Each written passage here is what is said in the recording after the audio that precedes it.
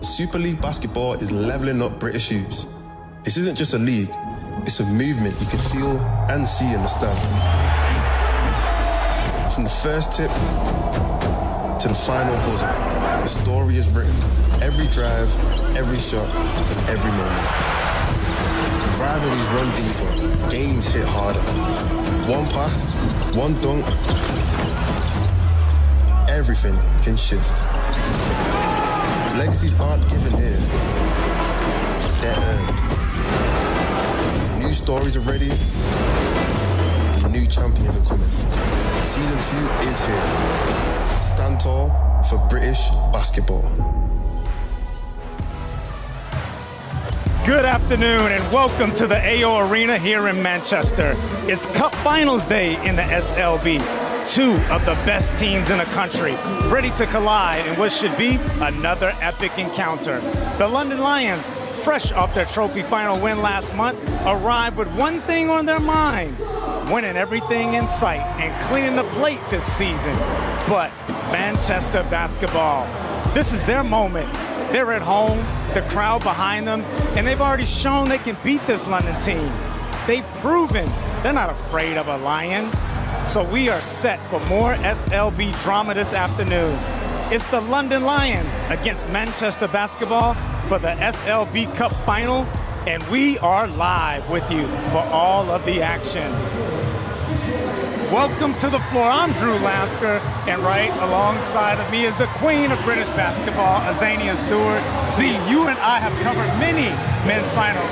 Not in Manchester. Yeah, not in Manchester. This has all the right ingredients to be a fantastic final. I said in the women's game earlier, it was Great Britain versus USA. The last time I was in here and Kobe Bryant was on this floor. So much basketball history and love in this city. We got to hit the northern quarter after this tonight. London Lions, they have been on a mission and vocal about a clean sweep so far this year, fresh off a trophy win against Newcastle last month, and a win today puts them right in the driver's seat. Yeah, you know, they have been. There's so much depth with this London Lions team coming off a Euro Cup. Maybe a little bit of disappointment. They didn't get out of the group stage, but there's so many weapons for this team. But there is one little problem. Manchester basketball has kind of had their number this season. Yeah, you know, they've beaten them twice, and this is go on. It's so much here, and you know, both teams don't want to lose. This was the loss the other day, 71-72. London Lions were up 14 points, and Manchester rallied back, and you can see how much it means to both these teams. It's going to be an exciting one, maybe a little bit of a tussle. And there's the 3 scores from the last time they played. It's about to go down. This Manchester team reminds me of that Cheshire team from 24. Yeah. They're not scared. They're willing to, you know, step up. And, you know, what I like about them is that they're aggressive. They take the first punch. This will be a heavy fight. And I'm excited for this one. I've been waiting all weekend. Well, that was the appetizer. Let's get to the main course. The London Lions have been in control all season, but they've shown a few cracks lately. They won the trophy last month, and they are still hungry for a little bit more. Let's check out their road to the final. They're a really good team, but I feel like we're better. I feel like we match up better. We have better players. We have, you know, better coaching staff. I feel like we're just better overall, and they know that as well. But you know, we're gonna go out there, execute, and you know, just show them that, you know, we're the better team. It's a big challenge, but I feel like, you know, we're all for it. We're gonna bring our fans. We're gonna bring, you know, our 15, 16 guys that we have, and we're gonna go up there and you know, fight. It's not gonna be easy, but you know, we're gonna fight. And we're gonna come back with the win. It's a privilege to play finals. Doesn't matter where, you have to play it somewhere. There's always a venue, you know. So for us, it's just to come in, understand the game plan, understand what we want, and be ready to play possession after possession and be mentally tough. 2 teams playing against each other. They won 2, we won 1, ready for a finals, you know. And we just got to be ready to play against a good team in a finals, which, again, it's a privilege to play finals, so we just have to do our job and be ready to execute the game plan. Playing in Manchester for the Cup final definitely adds a bit of a challenge. It's not so much a neutral court, as they kind of have home court advantages in their home city, but we're the underdogs in this one. We played 3 games, we lost 2, so yes, kind of a different twist to it. remember that feeling that we felt in the combo box when they beat us, how upset we were, how mad we were, how disappointed we were in ourselves for allowing them to win that game as well. I feel like we're in the right path as a team going uphill right now. I feel like we had a lot of ups and downs earlier, but we're all warriors. I know everyone out there on the court and on our team will do anything to help our team win. Like Coach said, we have to always throw the first punch and go out there and play as hard as we can, execute the game plan. But all our teammates are warriors, so we're gonna go and fight for each other. Shandy Brown, talk is cheap. Wow. And production is expensive. Yeah, he says we are better all across the board. It's a northern versus a southern battle. Can London show that they're not southern fairies, is what they call us down south? But here, for me, Brown, I also got to have him on the London Lions podcast, and he talked about his time with LeBron James and how much that meant for him to see an excellent player. And he kind of reminds me of him, his ability to run through passing lanes, his strength, how he gets downhill. Look at that, finishes at the rim, can also stretch the floor. He's an excellent player. But there's his stats, thank you, 13 points. But there's nobody in multiple figures in London Lions, saying 20 points. With those weapons, it could be Brown, it could be anyone this evening who could go off. And Brown is one of those guys that you don't have to run any plays for. You look at the scoreboard and he has 15 points. You give him the ball and you say, go ahead. Yeah, but London Lions gonna have to get things done on defense. Have only given up 90 points one time this season. That was against Manchester Basketball. It is indeed. And Manchester, I said, is their defense. I love how aggressive they go, and they match the physicality to London Lions. They're not afraid to punch first. I've said that, but I'm looking forward to it. I think the energy is so high in here. You feel it? I feel it. I feel it in my bones. Lions with the #1 defense in the league. They say numbers don't lie, but neither does this man's impact earlier on today. Alex Duffel got a chance to catch up with last year's MVP. Aaron Rye. Aaron, the trophy's already in the bag. Is the fact that you've got a potential season here with multiple trophies the biggest motivation for this group right now? Yeah, but also, we're trying to take it one game at a time. We've had these guys a couple times and they got the best out of us, especially at home. So we know what a tough opponent it is. We're just trying to focus on the moment here itself and not make it bigger than that. Yeah, you mentioned you've had Manchester a couple of times, including that last game at the Copper Box. Things got a little bit heated at the end between the two sides. Is that going to bring a little bit of extra spice to today's game? For sure. I mean, it's a final, so we're going to play hard regardless. But knowing that we can even the score with them tonight and as well at their place. So, yeah. Yeah, you mentioned it's at their place. Obviously, probably a Manchester heavy crowd. How do you guys deal with what is going to be quite a hostile crowd? Yeah, I mean, we've seen it in other cities around here, and then obviously in the Euro Cup, we see some big crowds, so it's nothing new for us. We're just going to focus on playing together, playing within ourselves. We got a bunch of guys and a bunch of support here from our fans that we'll lean on. Aaron, best of luck today. That was Aaron Rye, and see, he even gave you that dunk you asked for earlier. I've asked for Aaron Rye to step up multiple times, and as there's the crowd that have travelled for London, and I just feel like he hasn't really found his notch in this team. He's averaging just under 5 points, where he's been averaging double digits at London last season and the Cheshire the season before. But what he does have is that experience in the finals. Yeah, must keep your eyes on him. Well, we've heard the talk from the London Lions, but one thing we know about Manchester basketball, they ain't gonna back down from anybody. So let's take a look at their journey to the final. When I got here, it kind of been an up and down season last year, but we were able to finish strong. I feel like we created a buzz around the city a little bit and created some momentum of a tide turning, a narrative changing in Manchester for basketball, and I feel like this year's team has really taken off with it, and hopefully we continue doing that going forward. Especially just this being our second year with a new organization with Manchester basketball. It's a great opportunity for us to continue to have a strong foundation and build off of it. Yeah, the guys showed resilience. We were in the pivotal moment of our growth as a team in the season, and it was once we were able to beat Bristol, really showed that these guys were playing for something, and they showed a lot of toughness to get here. I think that this team, when they're playing for something, there's an extra motivation, and I never talked about exactly what we're playing for because I'm a one game at a time coach, but you can see it in these guys that they're playing for something extra during these games. I feel like it's been a good season for us. We've definitely had to deal with some injuries on our team, so I feel like guys have been able to step up. We kind of had a next man mentality, which has been great for us. I feel like as the season's going on, we've definitely had a good chemistry. Guys have come together. And I feel like one of our goals this year, too, was the Cup final. We knew it was here in Manchester, so be able to have that on the 22nd, good opportunity for us. We're looking good. I feel like we have some momentum, too. We've had a strong start to us coming out of the FIBA break, which has been good. And I feel like we have a lot of momentum going into the game on Sunday. Trust each other, trust your work, do what you've been doing. You know, there's been a lot of growth this season in the locker room, and just go out there and enjoy it and have fun. You know, this is why we play, and it's a pleasure to be a part of it. So just go out there and be yourself. Well, there is a buzz in the AO Arena, and Z, if Manchester is somehow able to pull off a win, how will this elevate this organization? Oh, for sure. You know, to the next level. They've shown they've done it in the championship, but can they do it when the lights are bright? Can they show up? Can they handle the pressure? But pressure creates diamonds, baby. Well, speaking of lights, big moments, you need big-time players. Who? Max Jones. Max Jones, indeed. Coming up from D2 from University of Tampa, then to Kansas, into his rookie season, only 23 years old. He is playing like a grown man, not afraid of the lights at all. I feel like he's top scored, and every time he's played London Lions, he does a bit of everything. Yeah, he can get downhill with that left hand. He's so shaky.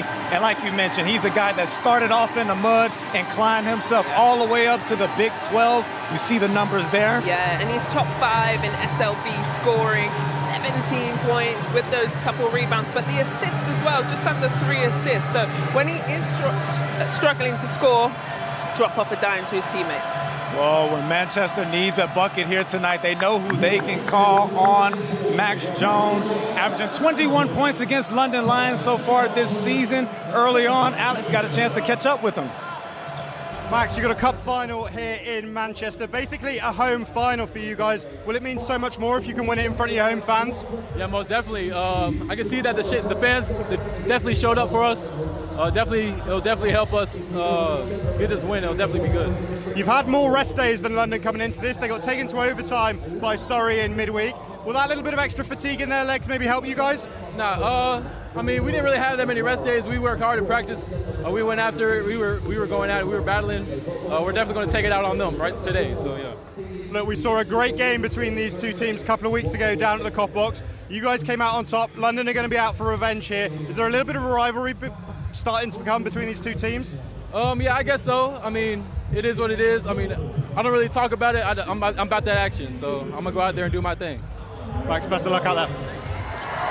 Well, we are less than 22 minutes from tip. The stage is set. You see the players behind me. They are ready to rumble. And it's only one last thing to do. That is to pass you to our commentary crew. Of course, Azania Stewart and the voice of British basketball, Dan Routledge. Thank you very much, Drew. As he pointed out, it's the first time we've ever had a major final in British basketball here at the AO Arena, but we're only 11 days away from the 27th anniversary of one of the great moments in British basketball, when in this building a league title was won. Today it is a cup championship, as Manchester, the new team, going up against the dominant team of the London Lions. Here's the starting 5 for Manchester basketball. They've kept the same starting 5 for the last 5 games. That's the longest streak of consistency, and it's also the most used starting 5 for Coach Otten this season. At the other end of the floor, the London Lions, they've had 22 different starting 5s in only 28 games. He shuffles the pack, but we now see the same starting 5 once again for the 4th game in a row. That's not happened at all season. Coach Abonis has found some consistency in his starting lineup here, Z. Yeah, and I actually spoke to Coach, and he spoke about how he likes to keep his players on their toes, and that's why he changes up the starting lineup. But recently, like you said, that consistency they can build and get themselves going early. Well, it is interesting because they have been talking their talk. They've mentioned the word clean sweep. Not many teams do that when only one is in the cabinet. Some don't even do it when they've won all three. They put it out into the ether, but you see suddenly Cam McGusty is back. Everybody's starting to look healthy. They've got the same starting five week after week. It looks like a team that is gearing up for this stretch run. Yeah, and you know, I did a lot of their Euro Cup games, and I was just waiting for them to finally get healthy. They never did. You never got to see the full team and the roster, London Lions, healthy. But like you said, McGusty's back, Ovi Soko's back, Joel Scott. They picked up Jordan Williams as well. So some really nice pieces, but they know how hard this is going to be. They've lost to Manchester twice. They know it's not going to be easy. At the other end of the floor, Manchester, by the way, already out there waiting for London, who are taking their time. Manchester not quite fully healthy. Kayem Cleary, the local boy who would have had this circled on his calendar at the start of the season. They got to the final.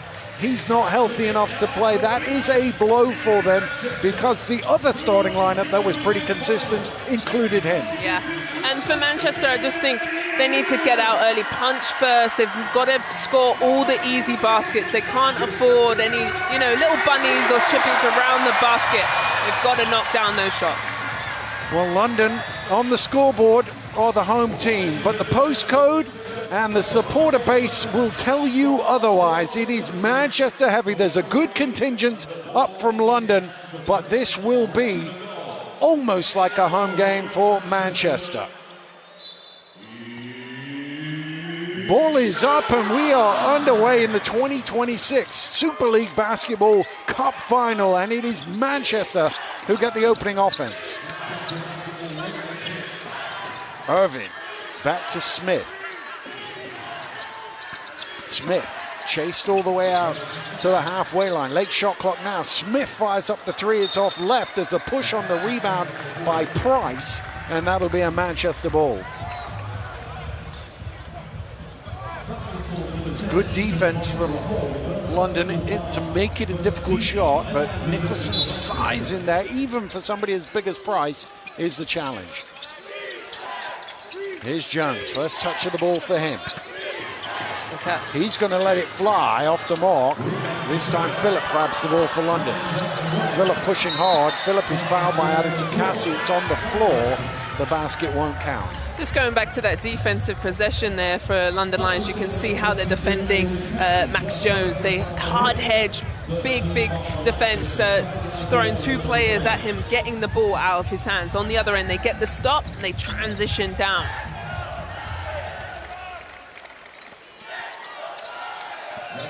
Here's Phillip. Back to Brown. Reynolds at the free throw line. He loves that shot, but it's a good hand from PJ Smith to make it difficult. Adetukasi gets to the baseline, but forced to stop. Oh, his pass is thrown away. It's straight to Reynolds. Reynolds running it back, slows it down. Oh, he blows the layup, though, and Manchester get it back. Still, we await the first score. Adetukasi, corner three, back iron. Well, both teams, you know, all good looks. Maybe, I wouldn't say nerves, but just got to settle into the game, you know. Well, the noise for the defense is obvious who most of the fans are supporting, that's for sure. Here's Brown. Shot clock low.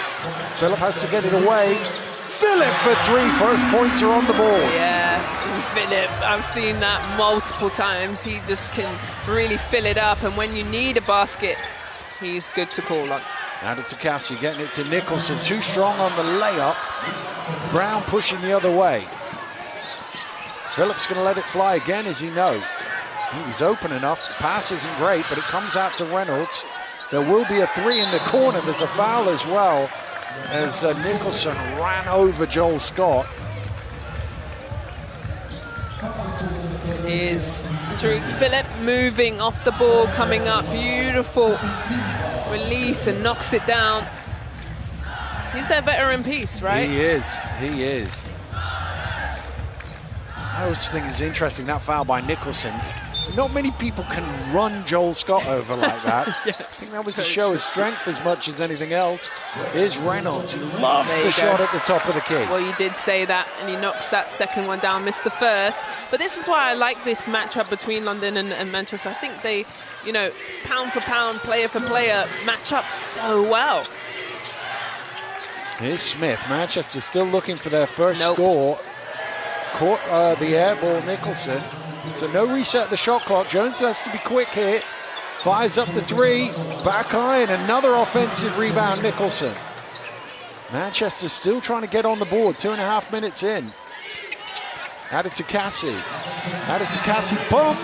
Doesn't quite go, but he'll go to the free throw line for 2. And really, Nicholson, fantastic job on the offensive glass, crashing, giving them multiple possessions. That's what you need. This is a good drive. Tough, takes the bump. We'll go to the line for 2. Nicholson really has developed into an important piece as the season has gone on. But going up against Ethan Price, that is a natural matchup for him as well. That's what I was talking about. You know, both teams from the post to the guards. It's excellent. There's 1 or 2 teams in the league. He's having to chase the centers all the way out to the three-point line. He'd be happy to bang against Price. Yeah, it's true. The way the game has changed with your post players stretching the floor, being able to shoot the three. You're right about that, Dan. Price does do a little bit of that, though, so you've got to go all the way out to him. Reynolds. Into the key, creates some room, a little short, rebound Irving. Jones, Smith, backs away for 3. PJ Smith gets the first field goal of the game for Manchester. That's big in that lovely rhythm, the step back to create the space. Speed from Phillip getting to the rim. And Phillip says, anything I can do, you can do better. Irving out and front, lazy at home, speed from Manchester. Oh, the answer right back. They're celebrating on that Phillip score, but don't transition defense. That's going to be important. Yeah, it's not often London get beat down the floor like that. Normally they'd commit a foul if they could, but they couldn't get anywhere near the ball. That's Will so that true. count? I don't think that shot's going to count. That's so true, Dan. Just going back to how Sabonis there he is, how he coaches. He likes to use those team fouls in those transition points. There's a cut, I think. Oh, a big cut on the eye of Nicholson as he walks out of the game. But you can see how quick Manchester were down court, beating London for the layup, but Nicholson will have to get that. There's a lot of blood. He'll have to get that sorted. So Gabe Osabuoyen coming in early. I think Gabe has a huge role to play if Manchester are to win this game. Yeah, for sure. He's got to do the little things. Ovi Soko into the game as well.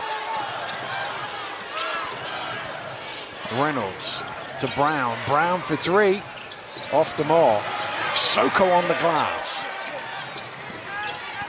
Phillip trying to feed it to Soko, but it bounced off Osabuoyen and Manchester come away with it. Oh, Smith too quick for the ball there. Phillip comes the other way and Smith commits the foul in transition. Yeah, Smith Jr. not happy with himself. Kind of got caught up in his own handles. Too quick for himself. Phillip will sit down for the first time. He's got 5 of London's 7 points as Cam McGusty checks in. Here comes Jordan Johnson as well. Well, London Lions had a, I don't know what you want to call it, just an epidemic, I don't know, of hand injuries. They had 3 guys, Ovi, McGusty, they all hurt their hands, either a broken bone or a ligament, so good for them to be back in. Reynolds off the mark from the elbow. Added to Cassie using his speed, is fouled by Soko, who points to the floor just to make sure the referee's not giving any shots for that. But it is the team's 3rd foul, so sideline ball.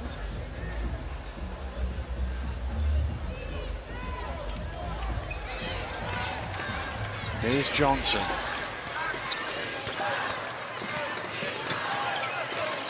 Soko trying to stay in front of Johnson. Not easy to do. He's quick. He's shifty. He gets past Soko, he gets bombed, and that will go. Basket is good. Jordan Johnson going to the line for one. Well, good job from Johnson. Just took his time, brought out Obi Soko away from the basket, and then drives. Here it is. See, just trying to find that lane. And he gets bumped. It was Reynolds trying to fight around Ossaboyne on the other end of that mismatch, who bumped him. Can't convert the free throw. Manchester's first lead of the game here, 9-7.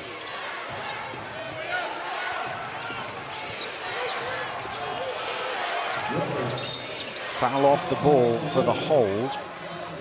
Added to Cassie. And he has to stay out of foul trouble. He's got to second. Yeah, he's got to stay on the floor, and he has to come out.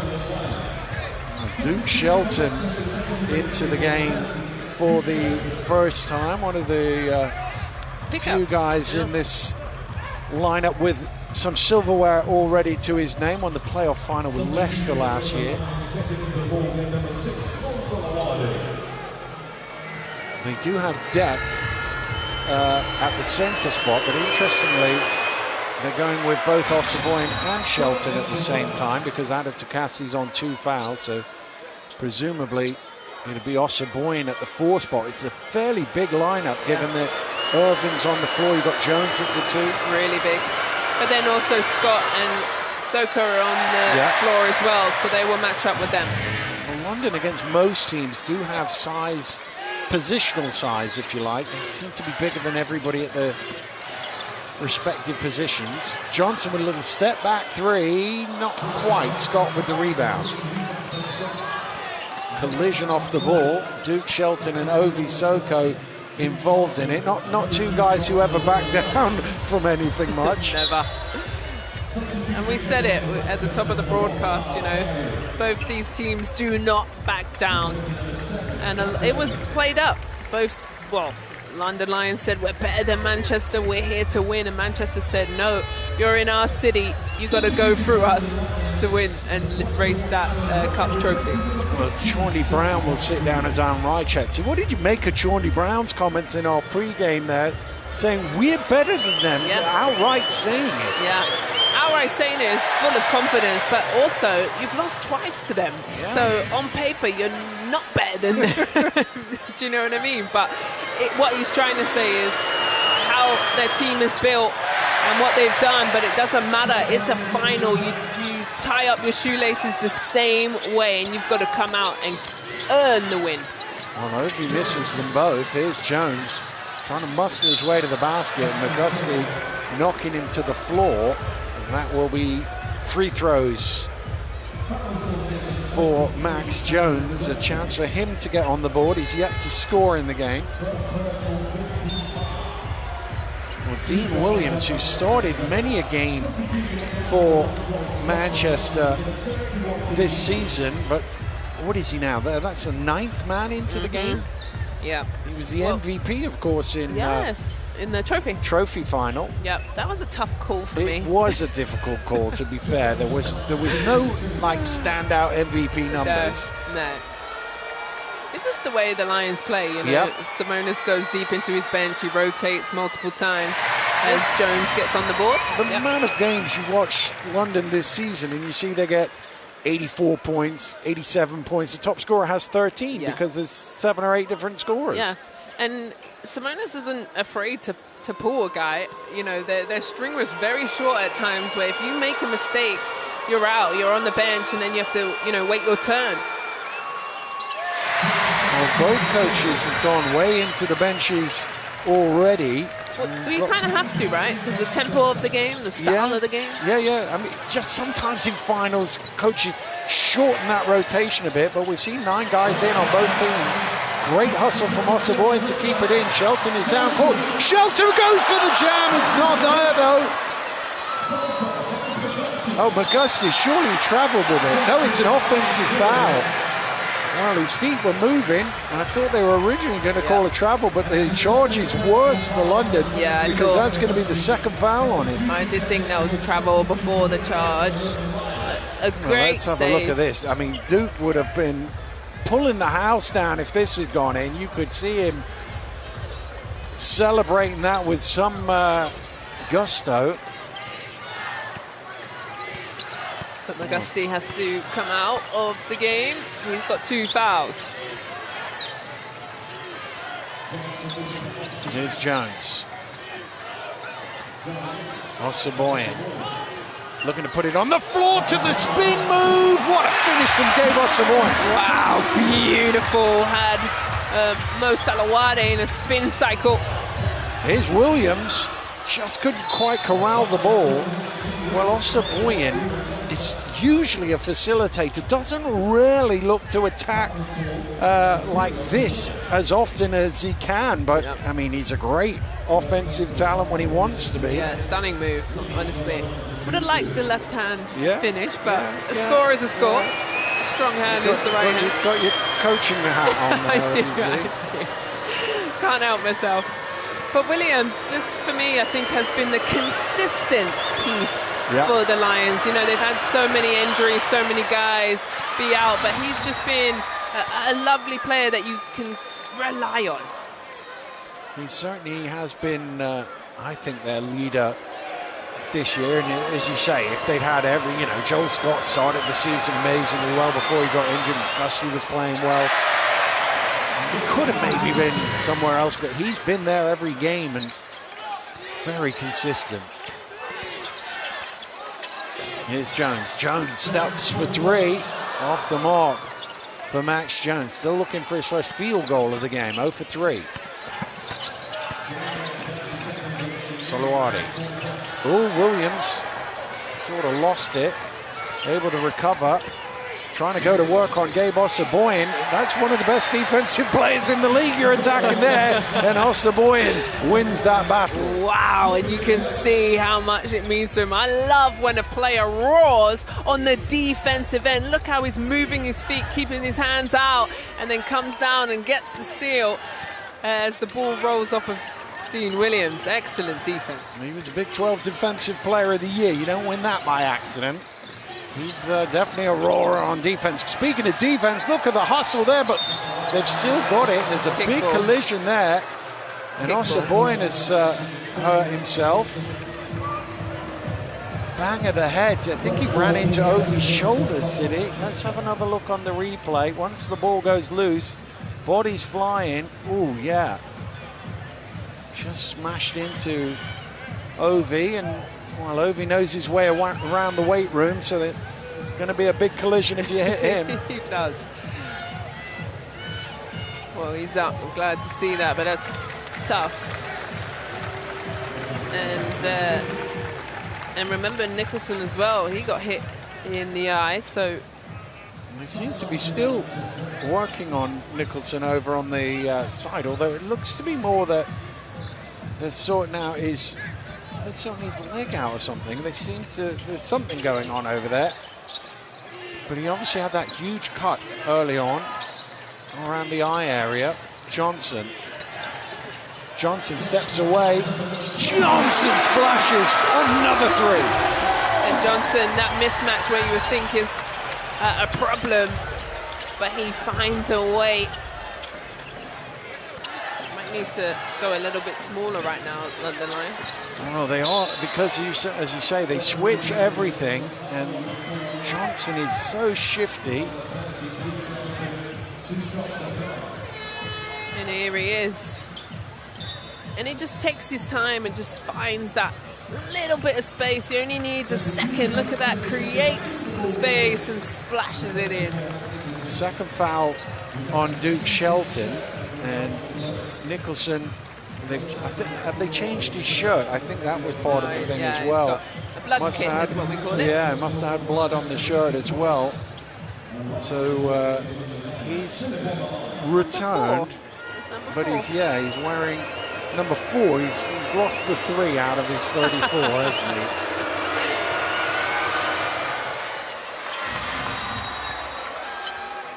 Phillip at the free throw line gets London into double figures. And out of everything, you know, Tariq Phillip, there's not many faults in his game, but the free throw line is somewhere where He just struggles a little bit, so he's knocked that first one down. Can he go 2 for 2? Big. Does make them both. 78%? Yeah. Thanks. I wasn't going to say it, Z. Here's Johnson.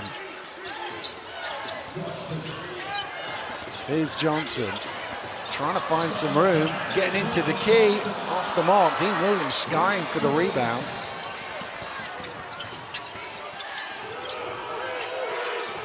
Rye out to Price. Moves it on to Williams. Relocates for 3. That's off the mark.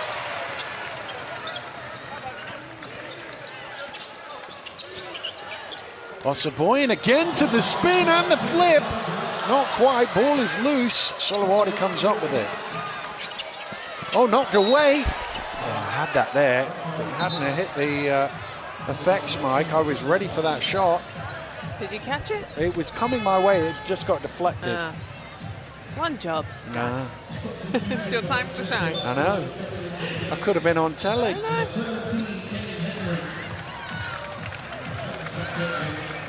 Kane Henry into the game for the first time. Another one for Manchester, whose season has been curtailed a little bit by injury issues, but he's made it back just in time to get some minutes here in the final.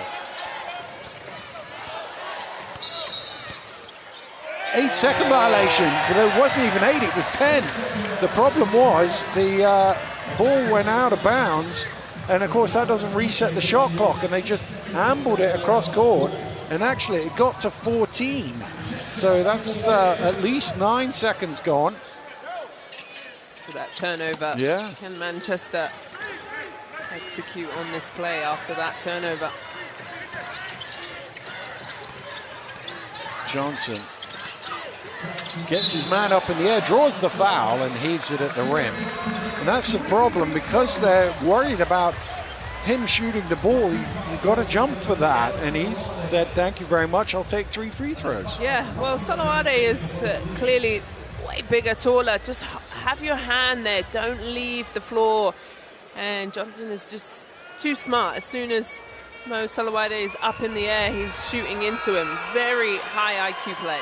I came into this game and I was thinking, for Manchester to win, they need the 3 guards to get like 55, 60 points between them. Absolutely. And Jordan Johnson has been the hottest of the 3 so far.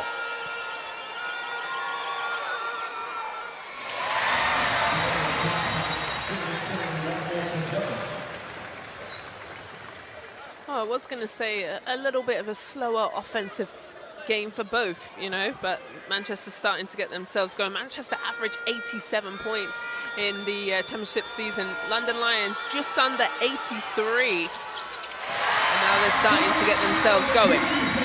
Well, led by Jordan Johnson, who is the game's top scorer now after those free throws with 8. Solowadi just too far out of reach for Williams, and Manchester will get the ball back. And that's Manchester, look at this, 10 points to 1 off the bench. We talk about London's depth. It's Manchester's reserves who've done it here in the first quarter. Absolutely, but also that's another turnover for London Lions. Not even a look at the basket. Little step back from Smith. Front iron on that. Phillip will keep it in play. Price is down court. They're looking towards his direction, but Williams has it now. Williams against Henry. Rye back to Price. Good little pump fake. Misses the layup though, and Irvin with the rebound. 45 seconds to play in the opening quarter. Manchester with the lead.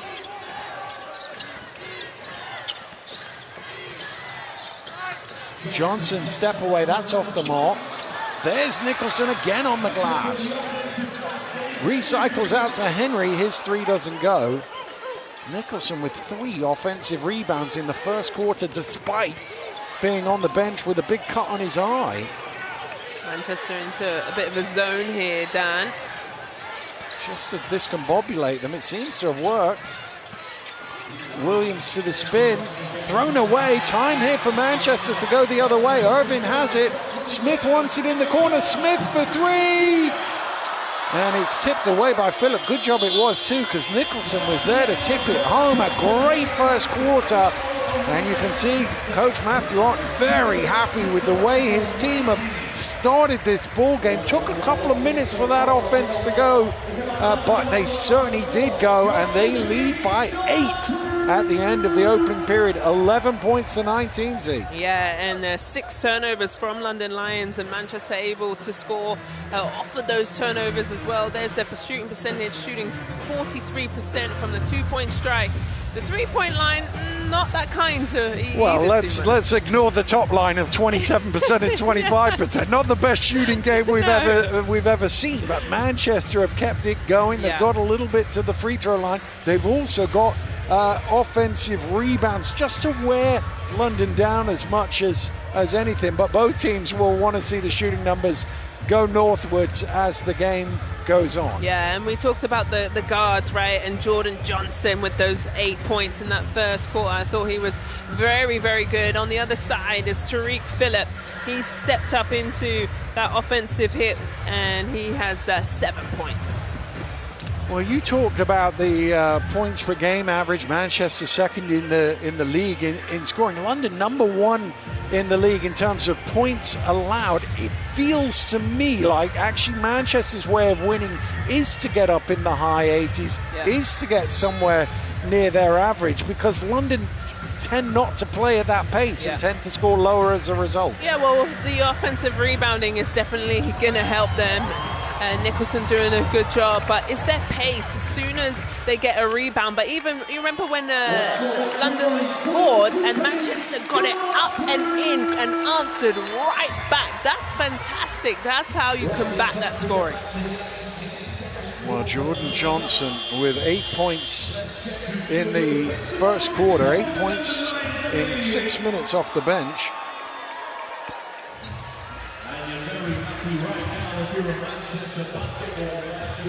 Yeah, that fast break that you referred to would have made LaQuincy Rideau proud. I can see him on the baseline. And in the end, London are attacking. He's in the house. In the house watching the game. He'd rather be out there. Yeah, he does come in and watch the finals. Also Nixon from Sheffield. Yeah. He likes a couple finals.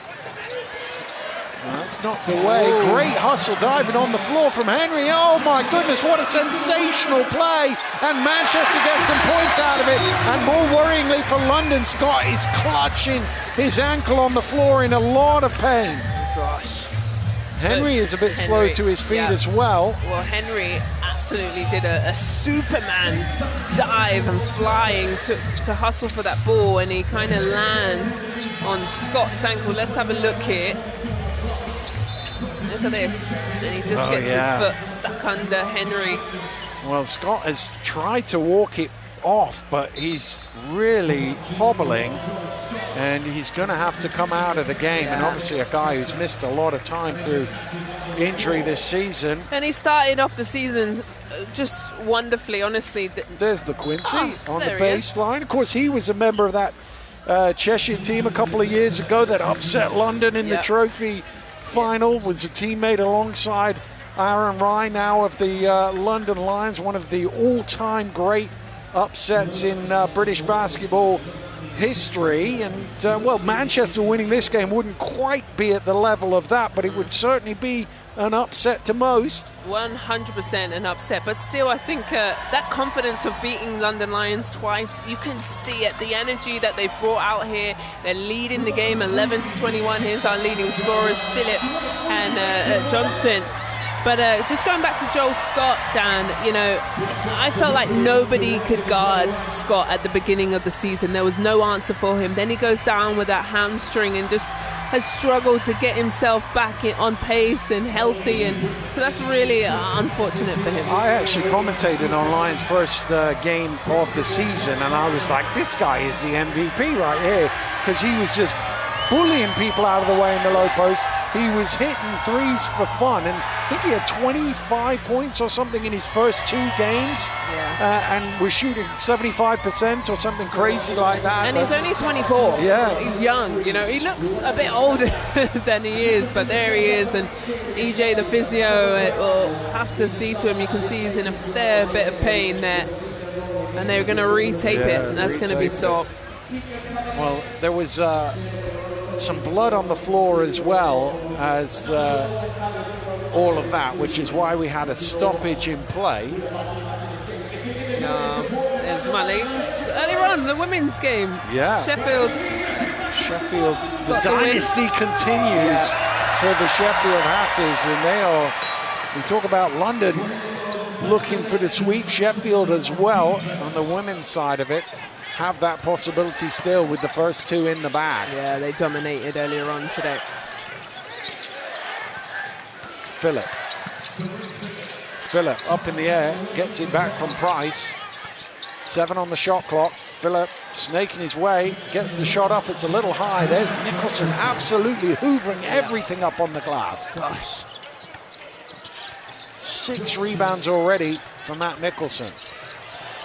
Johnson with the speed, and he's got 10. Johnson's having fun right now and forces London Lions into a timeout. Coach Sabonis needs a stoppage, and well, I guess the worrying thing from their perspective, Azania, is Manchester are up double figures. They've only scored 23. London are on a point a minute. They're trending towards 40. It's been the last couple of possessions, 4 possessions without even a shot or a look, and or anyone crashing the boards here. He's just having fun with it, isn't it? That's the third? Yeah. One-on-one? The thing is that obviously they switch everything, London. They always tend to do that. But on the switches, he's like, I've got mismatches all day. I'm going to keep going. And that is part of the reason why he's got 10 points, because, you know, they switched Obi onto him and he managed to get some points out of that. They switched Rye onto it that time. He was able to get to the rim. You can see it. You can see the energy in this Manchester team. They called for the fight and they are come out here and then playing fantastically in this first half. He'll sit down. Great minutes from him, honestly. The way he creates space and then he gets into the defense, it's so hard to guard. Well, I think the London fans will be happy to see him sitting on the bench. That's the way you can stop him. Look at this, wonderful scenes here in the AO Arena. Bongo Cam is on the big screen, which is why everybody's imaginary playing the drums.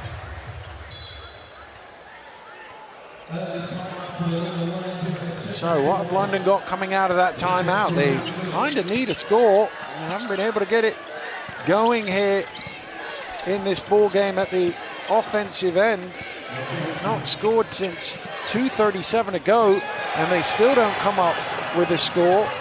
Excellent defense. How long they've been going? Well, obviously, I'm just looking for the last field goal they made. I can't find the last field goal they made. It's all been free throws, London. I don't think they've scored a field goal since 3 minutes into the game. I think everything else has been free throws. Look at that hustle play down. Great hustle. Added to Cassie. He went for the big jam. Osaboyan trying to put it back. Saved. Great work. It's going to be a Manchester ball.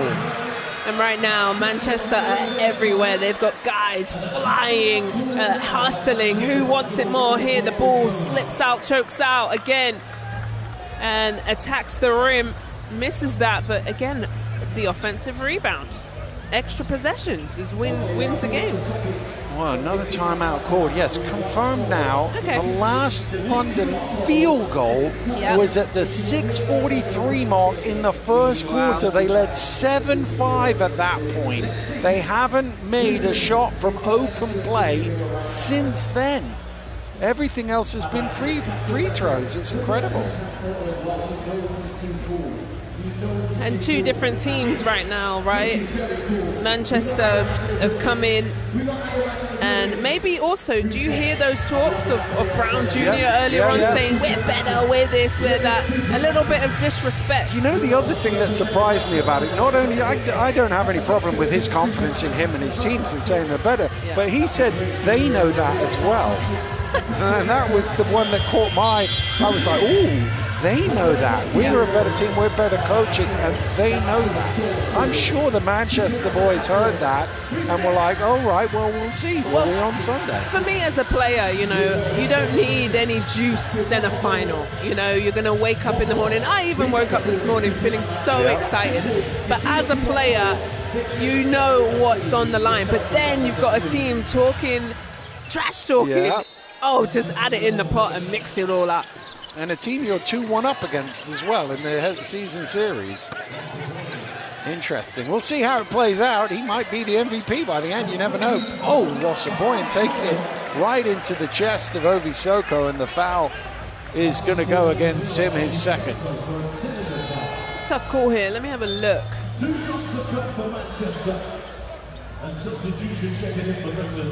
Yeah, I see what you mean.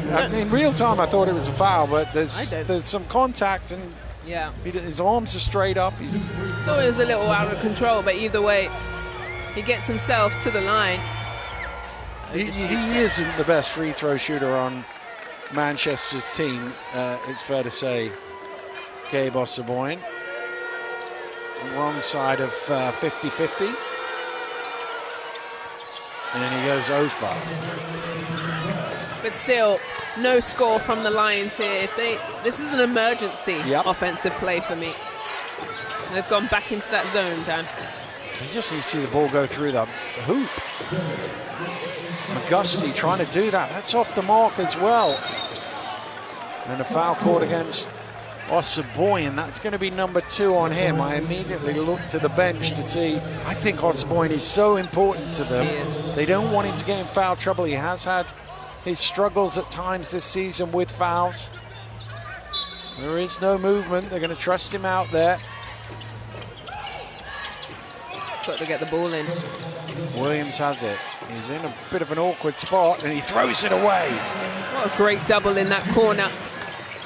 It's essentially a triple with the baseline. Smith goes past his man, lays it in, and one. Once again, the guard showing the way to get to the rim. Wow, and it started on the defensive end. They double-teamed Dean Williams, squeezed the ball out of his hands, and then here, the hesitation, the hit, and the finish. They are playing outstanding. Well, Joel Scott, take that ankle up. He is back in the game. I'll be honest with you, when he went down, I didn't think he was coming back in the game, let alone coming back in a few minutes later. I assume they gave him some painkillers along the way. They need something, though. They need some offense from somewhere, because they were in a big hole right now. PJ Smith is going to get called for his second foul. So it's Smith added to Cassie and Shelton all on 2. Soko, that last foul was his 3rd, so that's why he's on the bench. Part of the reason why Scott's had to come back in.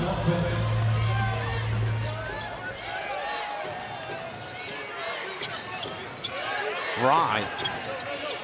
In the corner is Brown. It's all around the 3-point line for now.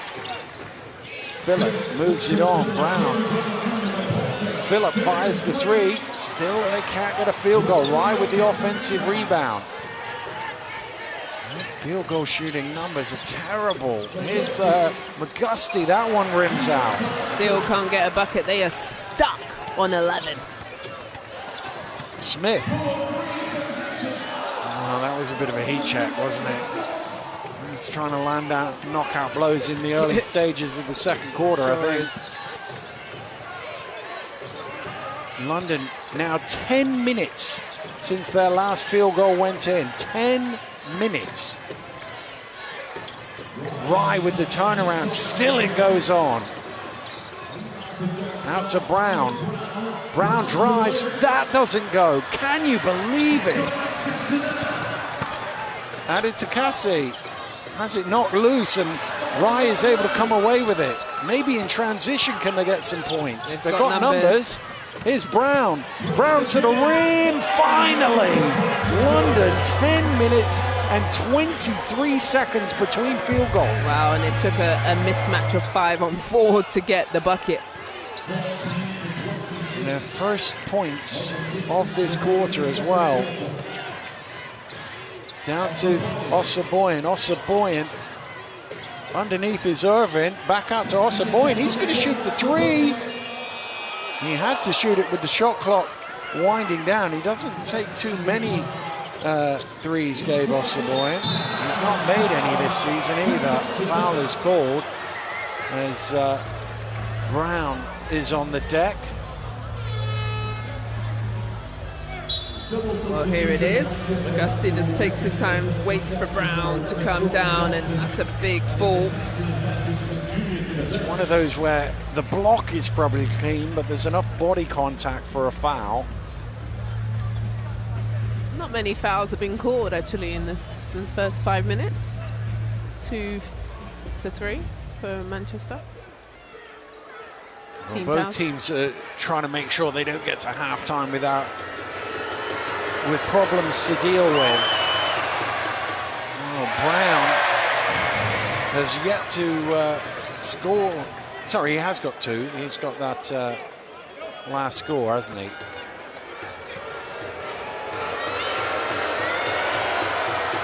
He makes the second.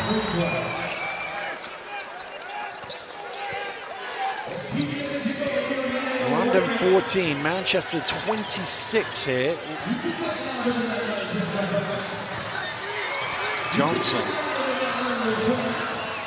Johnson again, shaking and baking and trying to find some room and spinning it up off the glass.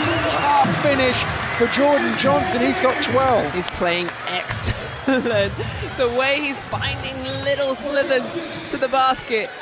Nice pass, and Scott is underneath to lay it home, and there's going to be a timeout to Manchester with 5:16 to go, and Coach Otten doesn't want any momentum. He's seen 2 field goals in a minute, haven't gone 10 minutes without giving one up. Yeah, so he's called for a timeout, but Jordan Johnson is having himself a ball game. He's just finding every little seam, and he's only a couple of points, a couple of scores behind London in terms of his overall output. He's got 12. Well, it's just this change of pace, isn't it? Kind of slows and lures the defense in the sand, and then just explodes to the rim, and just playing so well, where also he's stretching the floor. He can shoot the 3, but he loves to get to the rim. Well, 12. He's 4 points behind London as it stands right now. London have to find something here in this first half to get their offense going. But the one thing you would say, 28 from Manchester, it's not like it's lights out 15 minutes in. No. So if London can find a bit of rhythm, they haven't got a load to make up. Yeah. Well, they held them Lions to 11 points. So it's probably one of their lowest scoring quarters. And that's what's been the struggle for the Lions. Who's going to step up? Who's going to find their rhythm in this cup final? Well, it's a Manchester ball from the end line. London showing full court pressure here. They got to do something. Yep. They need some momentum, yeah. Momentum of the game, definitely. Johnson. Clock warning is coming. Oh, what a block! Joel Scott with the denial, and London come away with it. Oh, stunning defense from Scott. Ankles just fine. Well, he's going to feel that one for sure. He's not happy about it. 2 of them landed on him. There's a bit of conversation going on. Irvin is right above him. Scott was not happy at all. Well, it started from the defensive end. Joel Scott, wonderful job, good timing, cleans up the glass. Here it is, behind the back, times that perfectly, pins it on the backboard, then he gets out to the races, and they foul him heavy. Well, they were not giving him an easy score, I think it's fair to say, on that one. Well, just to answer your question of a moment ago, it ties London's lowest scoring quarter. Thank you, Dan. They had 11 against Bristol earlier this season. They also had 11 3 times in the Euro Cup, all in the second quarter, oddly enough. Oh, Matthew Nicholson looks all banged up. He's got like a It's almost like a headband, isn't it? Yeah, headband. He's channeling his Terry Butcher for those old enough, although without all the blood pouring from it. Here's Jones. Jones from the elbow. Short on that one. Max Jones still yet to make a field goal. McGusty spinning, fires, knocks it down. That's pretty. That's really pretty. Well, he is a guy who can definitely get the offense going for London. And you can see the defense is turned up a little bit for the Lions, guarding full court.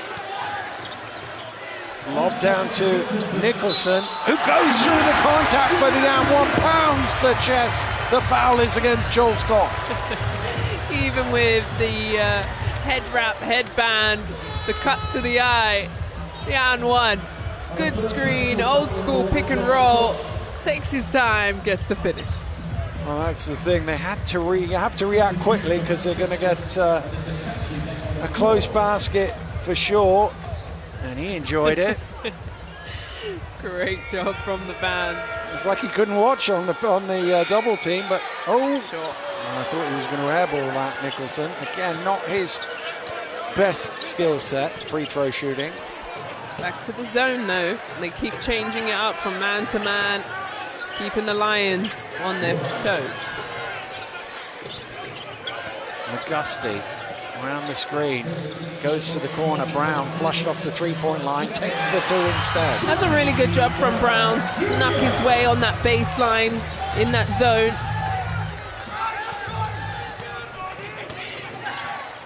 Johnson, charging foul is called. Scott just got across in time. Excellent job from Joel Scott. You can see he's turned it up, saying, come on. Gets there first.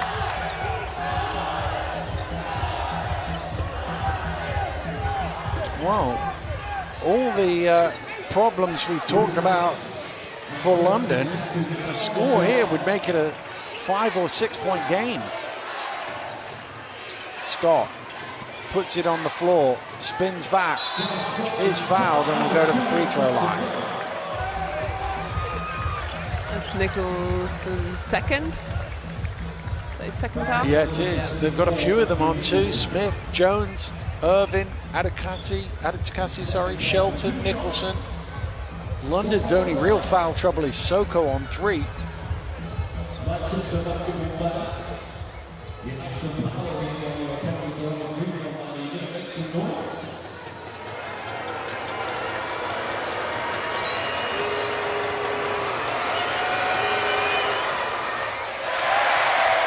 Scott rattles a little flat, that one. Rattles out.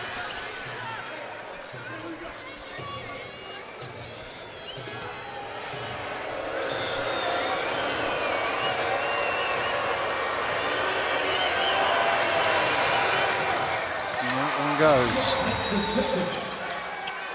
Again, London showing full court. They're trying to really get the ball out of Johnson's hands. Here comes the double.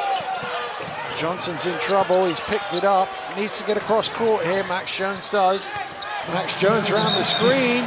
Offensive foul is the call. Who's that on? It's on Nicholson. And Joel Scott again in the way. Gets barreled over. But it's the defense down on the other side. London Lions putting this massive pressure to speed Manchester up. You know, they've put that full court press. They've doubled there. They're making them move way quicker than they want to. His third personal foul, and he's not happy as he goes off to the bench. And that's big, right? Because he's been fantastic, especially on the rebounds. He has 6 rebounds this evening.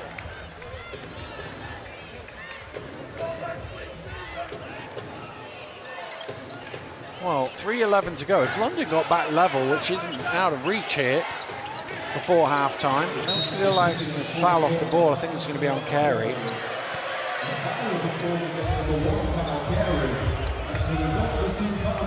Yeah, if London can just, you know, weather the storm and get into halftime. If they got level by halftime, I think go in and they could say, well, they've thrown their best punch here. Yeah. Zach Irvin's going to return. Carey sits down.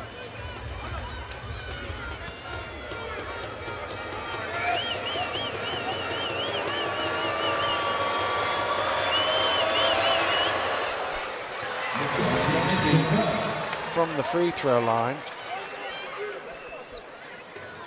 9 of London's 23 points have come from the free throw line. And this is the second, though. He might chase his own rebound down, though. Irvin gets there first. Again, Phillip doing a good job to make sure Johnson can't come get the ball. Oh, collision there. Jones and Osaboyan didn't quite have the same wavelength. Yeah, can't afford that one. But you're right, Phillip is doing a great job, especially the way Johnson has come out in this first half with 12 points. He's denying him the ball.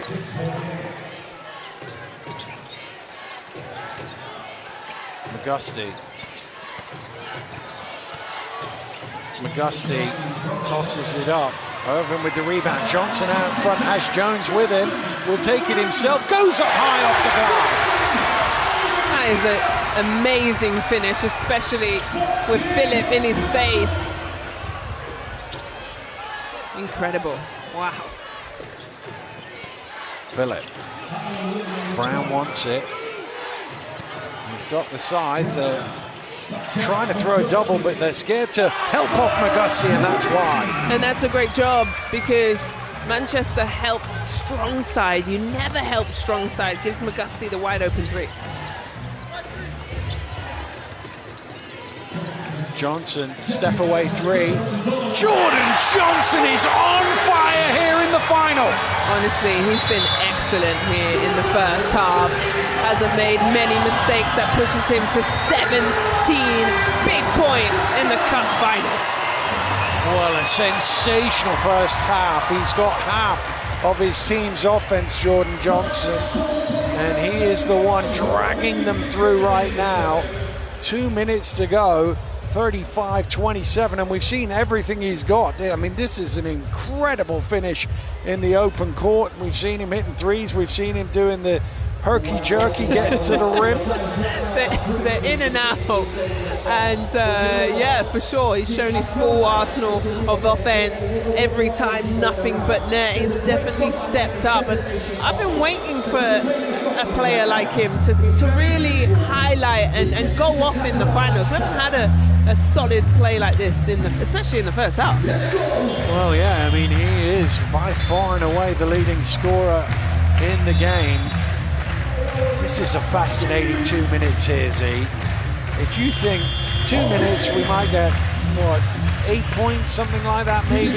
If London got all 8 of them and the scores were level, or if Manchester got all 8 of them and they were up big, it's such a different half-time. Such a different, you're right, team talk. Especially going to London Lions when you struggled. What was it, 10.5 minutes that it took them to score a bucket? Their last field goal was at 6 minutes and 43 in the first, and then they kind of got themselves going. It took them some time, but this is it. The game is 4 quarters, 2 halves, and sometimes it's ugly. And you just get to halftime and talk about it. Ride the wave.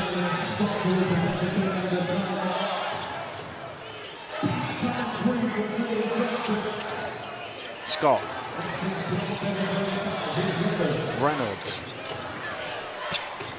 Brown in the corner for 3. Got it! Big. It's been the corners shots, right? Because of the zone, they're protecting the middle, but London Lions do a good job shifting the ball from one half to the other.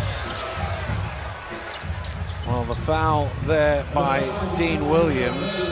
Yeah, fouls to give. Look, you see, one from one side to the other, no defense there, baiting Brown Jr. into shooting it.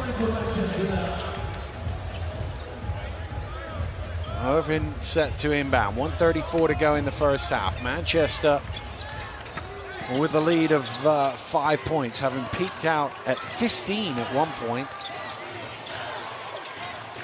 Here he is again, the man of the first half, Jordan Johnson. Leaves Williams on skates to take it to 19. way. It's a party here in Manchester. He has outscored all of his teammates combined. Scott floats one up and in for 2.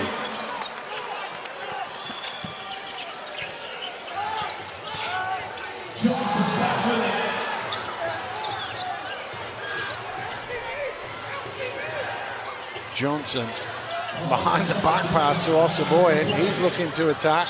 Gets himself into the paint and the foul is called on Shawnee Brown Jr., his second. Look at this. Just having fun. Well, you've been there, haven't you, in a mismatch with a little shifty guard going left and right. I can't stand them. But, you know, when you've got a shorter guy like that, shout out to the Short Kings, first of all, but you got to keep your length and keep away from his feet. I would have my hand up, and if he goes past me, then I'll meet him at the rim, you know. But the way he's playing, it doesn't even matter what you do defensive. Yep. Multiple guys have been on him, and he's shown every single one that he can score on them.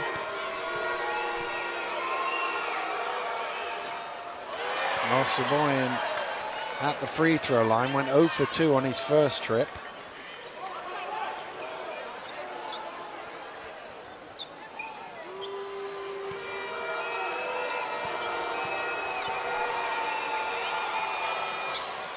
And makes the second. Maybe an offense each left. London could get 2 if they go quick enough. Reynolds scoops it up but misses the layup. Reynolds keeps it in play, bounces it off Irvin, and it's going to be a London ball.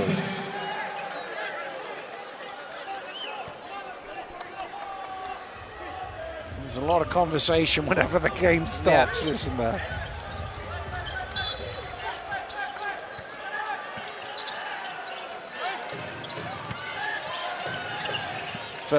Phillip for 3, front iron.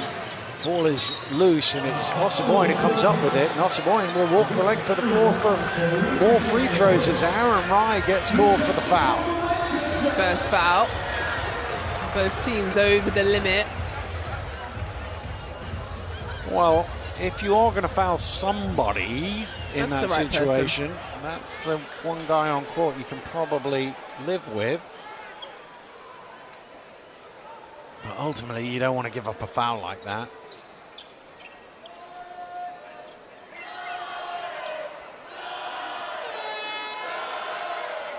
McGusty is awaiting his return. So too is Brown coming in now. Ryan Reynolds will sit down.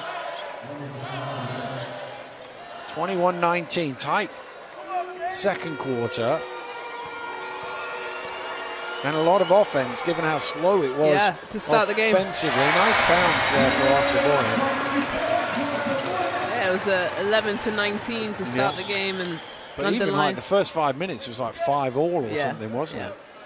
Bit of a struggle, but found their pace, and then Lions. Oh, there you go. Ossaboyan tells me to shut up and makes both. Shot clock is off.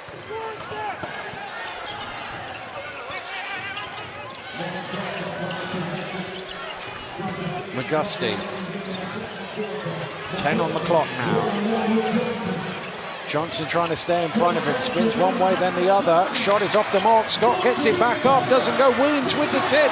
Ball is loose. Irving grabs it, and we will call that a half. The London Lions trail Manchester basketball by 32 points to 40. It could have been worse for London, could have been better for that man and his team. They led by as many as 15, but London found a bit of rhythm in that second quarter to close the gap. But that was the half of Jordan Johnson with 19 first half points, and we can hear from him now. Jordan, a really big first half, 19 points from yourself. You're having some real fun out there, but in terms of basketball offensively at the minute. It's just, like you said, we're just having fun. We know the stakes of the game, and I missed last game, so I just felt like I should come out, try to help my team any way I need, and right now it's points. And defensively, at one point, I think you kept London 10 minutes without a single field goal. Everyone's putting their bodies on their line out there for you guys. You're thriving off this crowd as well. I just get all the props and credits to the coaches. They gave us a great film session. scout, and we just know once they're a great physical team, so we know if we kept them out the paint, we'll be fine. Jordan, thanks very much. Thank you. Well, a sensational first half for Jordan Johnson, and he is the reason that they are in front at this stage in the game. He's got 19 of his team's 40 points, so basically half their offense in that first half. Shooting numbers have gone up a little bit, but they're still lower than average. Both teams struggling from behind the arc, although Manchester have taken a lot more. The rebounding has been a war out there. Everything has been a bit of a battle, but it is Manchester who are in control of this one here at the half. It is 32 points to 40 in favor of them. London with some work to do in the second half. Let's throw it back now over to the dynamic duo on the court side, Drew and Azania. Thanks, Dan. Well. Sean B. Brown said they're better, and everyone knows it, but I don't think Jordan Johnson got that memo. Yeah, 19 first half points. He's been fantastic, honestly, and keeping London Lions to 11 points in that first quarter. They came out with that energy. They heard that message from Brown, and they said, not today. And I think he must have watched that game film of Terrell Burden of what he did to the London Lions defense there in the trophy. But I don't think I've seen a team that matches up physically with London. Nicholson just dominated the boards to set the tone. Yeah, Nicholson, I thought, absolutely did a good job. But for me, it was even when Lions scored, Manchester got the ball out so quickly. Look at this, down the other end, and doing an excellent job. I think they've also done a good job on the defensive end, getting the ball out of their hands. It's been a great first half for Manchester, but can they withstand it in the second? Yes, Manchester clearly feeding off of this local crowd here, and you've covered a lot of London Lions this season. Have you seen them be able to overcome this type of adversity? Oh, I don't know, you're right. I have seen them a lot. One thing I do know about them, they're not going to give up. Coach Sabonis isn't going to let them. Tariq Phillip isn't going to allow that. Their captain, Obi Soko, is going to push them. So you'll see them come out. But the energy that Manchester have started this game is outstanding. Can they withstand that for another half? But you can't go 10 minutes without a bucket, Lions. I'll tell you that for free. Well, the London Lions lucky to be down by 8. Coach Sabonis searching, playing 10 players so far this evening, but there is plenty of meat to take off the ball, so make sure you stay near as we send you over to our halftime content. Do not touch that dial. Now boarding the train of thought. Football. There's a lot to consider. Form guides, injuries, tactics. Here's something simple. Early payout from Boyle Sports. Go 2 goals up and you'll walk away a winner, no matter what.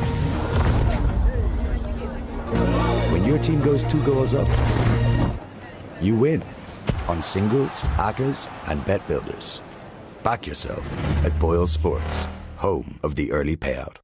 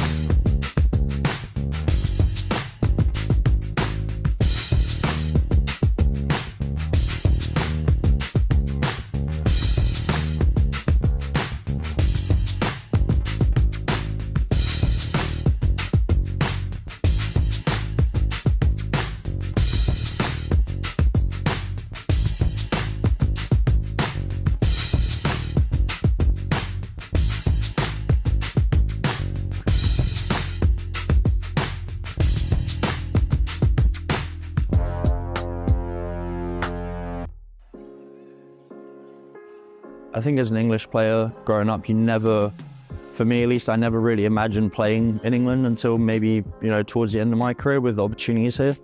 But yeah, like you say, when I finished my college career and I kind of got contact from London Lions, it was kind of like an opportunity thing. I can't pass this down, to be able to play Euro Cup level, like you say, play at one of the most decorated clubs. My sister's had experience here playing a couple of years ago, and her experience, and for someone who's English to be able to play in your home country and play the level we're playing at and do that as my job is something that was, too good to not do.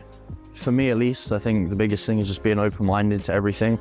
I think obviously the transition from being a senior in college where, you're seen as one of the older guys that's more experienced, that you've seen a lot of the college scene, to then going to be in the, first year, the rookie again, where you're kind of opened up to a whole new realm of, like you say, Tariq, J3, that played professional basketball for, 8, 9, 10 years. So I think just being open-minded, learning from loads of different people, and also just enjoy it as much as you can. I would say the biggest thing is just keep going. It's a long race. I don't think there's any shortcuts or any. I think a lot of the time people are looking for certain tips and tricks to get to where they want to go, and I think a lot of the time, from my experience at least, it's just the person that keeps going. I would say. I think I know a lot of people that maybe I was in a similar situation with them when I was 17, 18, and I kind of just kept going. I'd say there's obviously certain stuff, a lot of hard work, a lot of luck, that's gone into it. But I just think just keep going and make. I know it's kind of a bit cliche, but just, that 1% every day, add a little bit that's going to help, over 5, 10, 15 years of your career.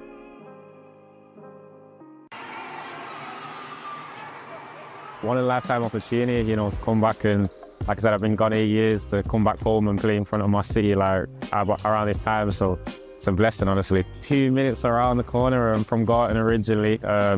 Started playing in high school, went to Wright Robbie.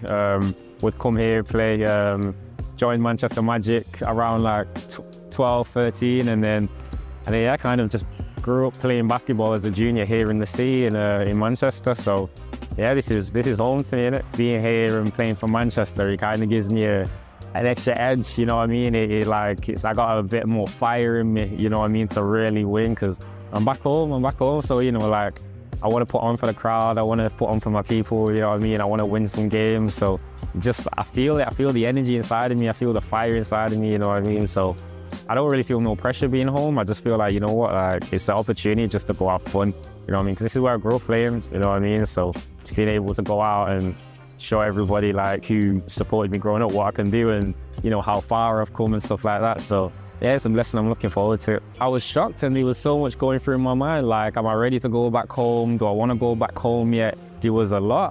I definitely felt a lot of nerves. I feel like it was needed. Like I said, I've been away for 8 years, and I've had a tough time these 8 years. You know what I mean? Last year I sat out the entire year, so I had a lot of time to just reflect and just grow as a person. Basically took a year off basketball because I got injured. So then having the call to come back home was almost like a reset. You know what I mean? I was like, you know what, this is perfect timing. I get to come home, play.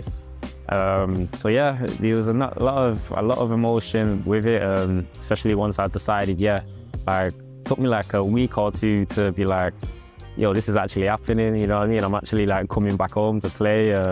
Because normally I only come home for a week or two and then I'm back off, back overseas. So, having that feeling of I'm home now, you know what I mean? It was definitely there was a lot of emotion.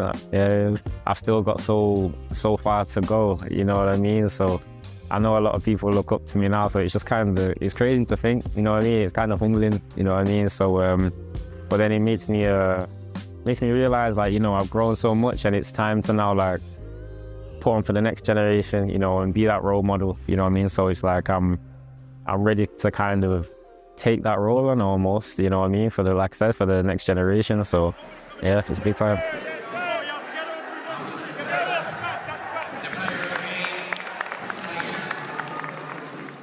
Super League basketball is leveling up British hoops. This isn't just a league, it's a movement you can feel and see in the stands. From the first tip to the final buzzer, the story is written. Every drive, every shot, and every moment. Rivalries run deeper, games hit harder. One pass, one dunk, everything can shift. Legacies aren't given here, they're earned. New stories are ready, new champions are coming. Season 2 is here. Stand tall for British basketball.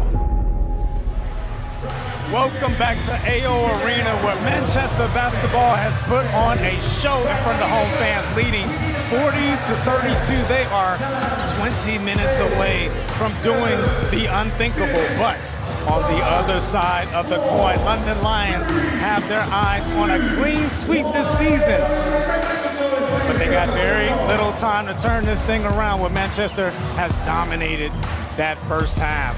We have an incredible 20 minutes coming ahead, so we have invited a little guest to the table with Yesenia and I to help us break this off the bone. He once mentioned we're not underdogs, we're top dogs. Quincy Redon in the house. What's up, Quincy? You feeling good? Yeah, I'm feeling good, man. Feeling real good. Hey, well, earlier before the game, I compared Manchester to your 24 Cheshire team. Do you see some similarities between you guys? Yeah, I ain't gonna lie, they're a complete team. They playing together right now. You know, they got that main guy, Jordan Johnson, stepping up, you know, doing his thing. You know, with them, they can do, like, anybody can step up and show up at any moment. So he reminds me of LaQuincy Riddell. Yeah, indeed. And what would you say Manchester need to do to keep that energy and the foot on the pedal? I would just say they got to keep going, you know, feeding the hot man at this moment right now. You know, play through him until if London can cut this water off, and then if not, then just keep going through him, and then Manchester will be just fine. Lovely. Well, we have 20 minutes of basketball remaining. We appreciate your time. Just one last question. We know that you love these big stages. Will we see your Cheshire Phoenix in London at the O2 on May 17th? Oh, that's the goal. It's eating me up being here, but that's the goal, to be here in the finals. So. Well, thank you for your time, LaQuincy. We will get back to the action. There his coach is right there, Ben Thomas. Imagine himself here in a couple of weeks. But let's pass the baton back over to Dan Routledge. Thank you very much, Drew. Yes, indeed. Everybody's goal, as LaQuincy said, is to get to the O2 in May. But the goal right now for this London Lions team, and it's interesting how many of them are sat over there in conversation as opposed to out there getting some shots out. That kind of shows they're trying to turn something around. Obviously, the field goal shooting needs to go up, but they need to get some sort of rhythm in the second half. Yeah, and I'm wondering, you know, as I looked at that first half, where do you go? Where do you get yourself going? I do think on the defensive end in that second quarter for the Lions are much better. The intensity, the energy, they have to match. You can't coach, you know, energy and enthusiasm, and you can't do that. You have to come ready, and I feel like Manchester set that tone, and then London Lions took them a little bit of time to get into it, but they're here. The other interesting thing is, I mean, you guys talked about it at halftime, and London would have gone, we need to do a better job with Jordan Johnson in the second half, but because he comes off the bench, it's almost like, actually, you're talking about a guy you're not going to see for 5 minutes, probably. That's such a good point. But when he was on the floor, they did a good job trying to deny him, but it didn't matter who they threw at him defensively. He found a way. We haven't seen Max Jones, get into a rhythm yet. You know, he is top 5 in SLB scoring. He only has 2 points. And he hasn't made a field goal, Lasagna. Those 2 points came from the free throw line. 0 of 4. You would expect in a game of this magnitude him to have more than 4 shot attempts for starters. London have done a good job of denying him the ball, but he will want to step up here on this bigger stage, no doubt. For sure. You know, this is his first final as a rookie, Max James, so maybe just taking a little bit time to get himself going. You have to start somewhere, you know, as a rookie. This is the big show. Everybody gets to a final for the first time at some point. Yeah, but for the Lions, just quickly, they've got to look after the ball. They cannot turn over the ball. That's what's really cost them. And Manchester are able to score 12 points off of their turnovers. That is a big factor in the second half. 9 turnovers. Yeah, particularly once you get over a point per turnover, you're doing a great job. So they're set to go here at the AO Arena in Manchester. It is Manchester who lead by 8, and it is they who will get the opening possession of the second half. Looking to create some history, this new club 2 years in, trying to get their first silverware against a London team that are hoping it'll be the second of 4 this season. Smith out to Adetukasi.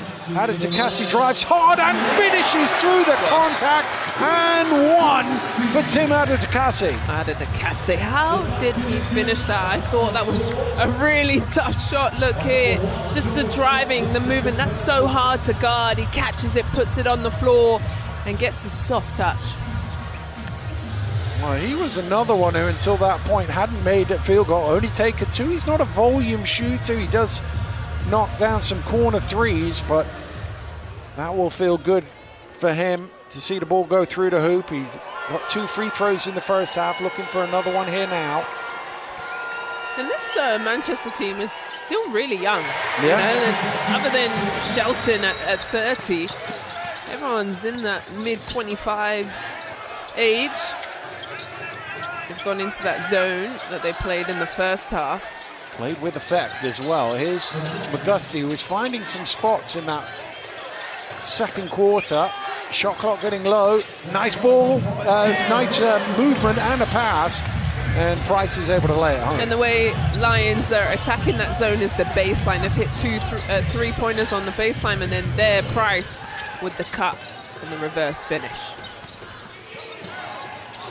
That was a good job by Adetukasi not to hand the ball over there. It would have been a turnover. Irvin drives in, offensive foul. Brown taking the charge. They just kind of got a little lost in that offense, Manchester. Credit to London's defense, though.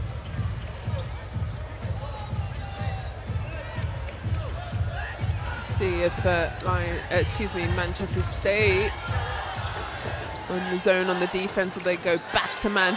They have. Here's Scott. Price. Hands it off to McGusty. McGusty finds room and is fouled from behind by Max Jones. 2 shots coming for McGusty. 3rd foul of the game on Max Jones. It's a good job from McGusty coming off the screen from Price, then attacks the rim.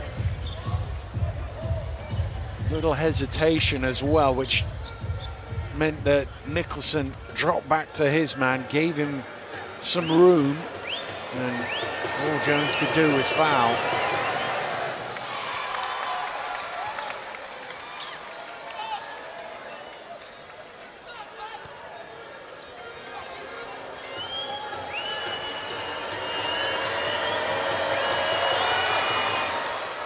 McGusty rims out, but it's tipped down by Scott. McGusty can't lay it in. That'll be a hell ball, will it? Nobody wants to let go of it.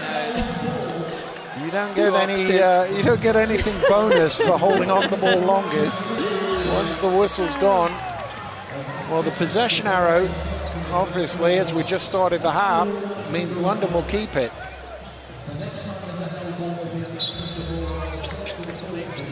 Reynolds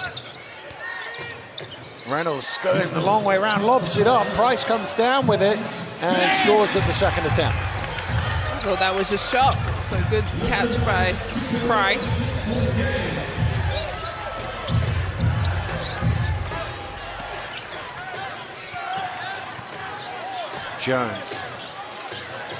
Jones driving in, gets his shot away. Still can't get a field goal to go. Max Jones 0 for 5 now. Brown spinning baseline, that's short. Not timed by Nicholson. London get it back. Brown is in the corner. He's got the foot speed on Nicholson and uses it to good effect. Yeah, that's beautiful from Brown, pulling out Nicholson, but then once you put it on the floor, an excellent job from Brown. Well, don't look now, it's a 4-point game. Manchester's lead being whittled away here in the early stages of the third. It's this end of the floor that they're struggling with. They can't get the offense ticking. Jordy Brown, new attack was the best option there, with the big man running out at him.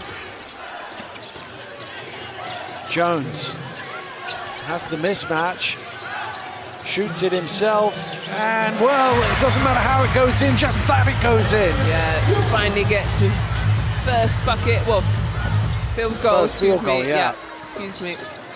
And he just kind of claps to himself. That will get him going for sure. Price runs out of real estate, throws it back. McGusty, Price for three. Got it! Ethan Price with the triple. It is a one-shot game. Well, you spoke about Price being able to stretch the floor from the three-point line. Really nice release. Jones now for three, and suddenly the first one goes, the second one is clean. And that's all you need sometimes, Dan, is to see the ball go through the hoop. Scott. McGusty drops it off to Scott, who lays it in. This is much better basketball from Lions than the first half, really sharing the ball. Jones, this is going up again, isn't it? Oh no, he tried to get it back to Nicholson. McGusty has Scott out in front, but Smith keeps it in play. And look at the effort from Nicholson diving on the floor. There was no way he was going to get that, and he went for it. Max Jones. This one sort of squeezed its way in off the backboard and the rim, but once it goes in, he's feeling good. Yeah, he's a lefty sniper. You got to just keep shooting the ball when, you know, the way he can fill it up.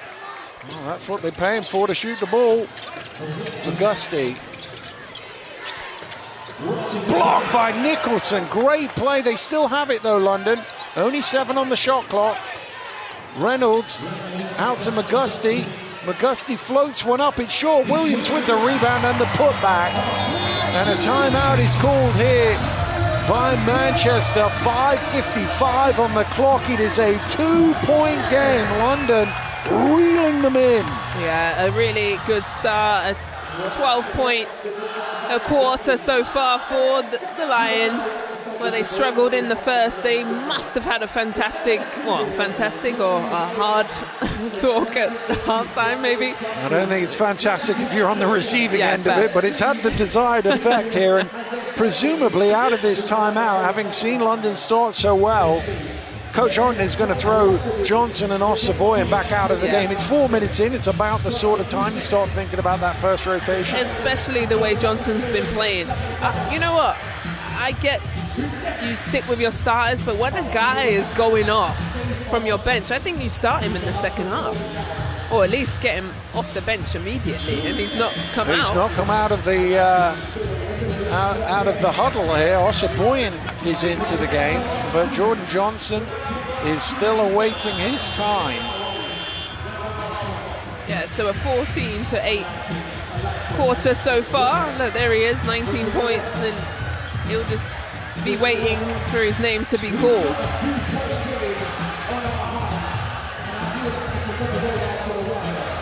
When London come out of the huddle, their fans are on their feet. They're up and loud now.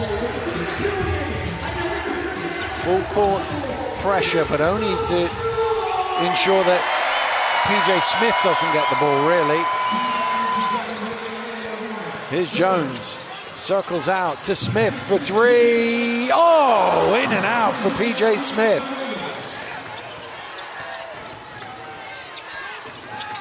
Well, London haven't led since the early stages. They'll go in front if this goes. It doesn't.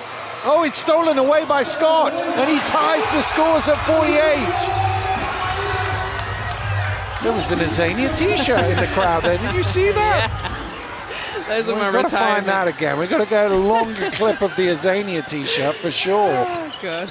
Here's Jones driving through. What a rebound from Ossaboyan. Black shirts all around him. He's trying to find some room. Travel. And he's called for a traveling violation. There it is. Wow. Azania Stewart That's vintage t-shirt. right there. You can't get that anymore, sweetheart. What a classic. Well, I'm contractually obliged to mention your MVP performance in the cup final. When was that? 22? 23? Something like that. Yeah, 9 for 9. Let them know, 9 for 9 Dan. field goal shooting. MVP. I was getting there. That T-shirt sold out. Flew off the shelves. Well, all 4 prints of it, was stop it? Do you have one? No, I don't. There is no Daniel Routledge T-shirt, that's for sure. Here's Scott for 3. Rebound is grabbed by Jones.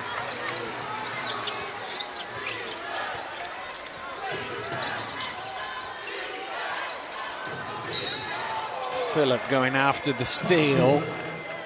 As the face of someone who's not convinced that was right. He's nodding in agreement, but I don't think it's exactly what he thinks. It's only his first foul.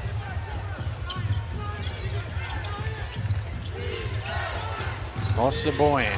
Johnson is in the game. Brown is marshalling him, so Ossaboyan takes it. Ossaboyan is going to get called for an offensive foul.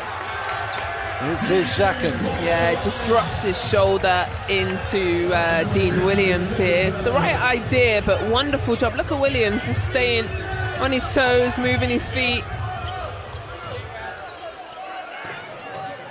Well, London can regain the lead now. A 16-8 start. And they are going to gain the lead because here's McGusty and he's fouled as well. That's going to be a bonus free throw coming for Cam McGusty. What perfect execution. They clearly talked about it. Cam McGusty set Manchester up for the back door. Look at this. Perfectly dropped off from Phillip and the one. Well, 2 quick fouls on Gabe Ossaboyan, so he's up to 3. Ovi Soko, we're not seeing for a long time after he got 3 fouls in the first half. Back into the action for Joel Scott, who rallies the troops behind the bench. Especially Scott with 12 points, and he went down earlier with that ankle and has had it retaped. Yeah, and looked like he wasn't coming back in when he went down. He could barely put any weight on it when he... Those are the ones that hurt tomorrow. Yeah. And he'll be hoping it's the head that's hurting as well after some celebrations. It is the Lions now in front. Johnson, Soko harassing him. Johnson gets past him, and Soko will go back to the bench, I think, because that's his 4th personal foul. Yeah, and good job from McGusty saying, you've done your job. Lead him into the paint and we'll help defense. Don't need to foul him. Well, they're going to leave him out there. There's still 14 minutes to go in this final. Smith returns for Adetukasi.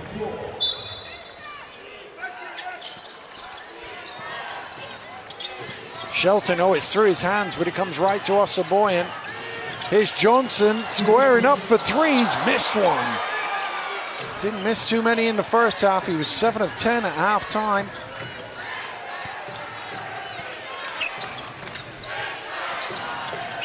Phillip behind the back to Williams.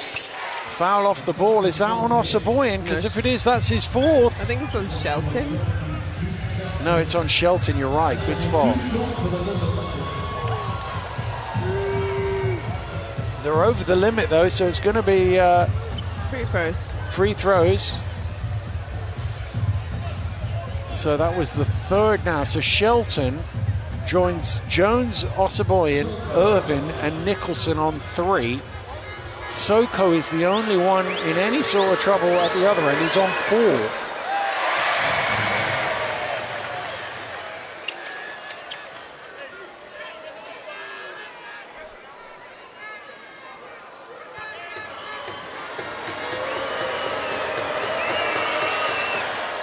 Second one is good.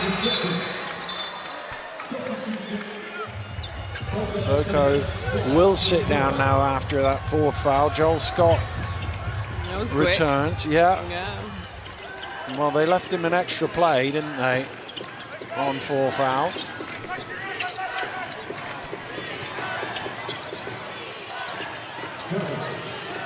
Ossaboyan. Hands off to Johnson. Johnson again, dancing with Williams. Trying to find some room, gets the shot away. They've done a great job on him that time. That's going to be on Ossaboyan with a big slap down. That's going to be the 4th personal foul on Gabe Ossaboyan. Yeah, much better defense that time. Johnson in the first half, you know, took his time on the one-on-one, trying to find an avenue, a lane, found it this time, not so much, but then this foul. These are the ones you don't need, Z. Yeah. He's so important to this team. He can't help them on the bench. You just think they've got the ball. You're not going to come away with it. Let him go and don't take that risk. So now, it is. Williams walks the court for 2. Yeah, Manchester are going to have to manage these fouls through this quarter. Maybe we might see some more zone to protect it.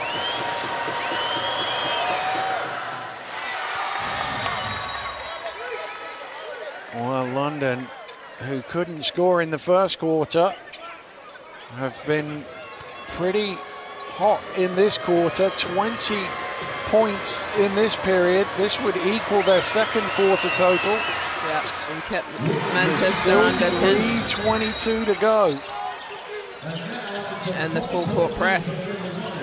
21-8 in this period.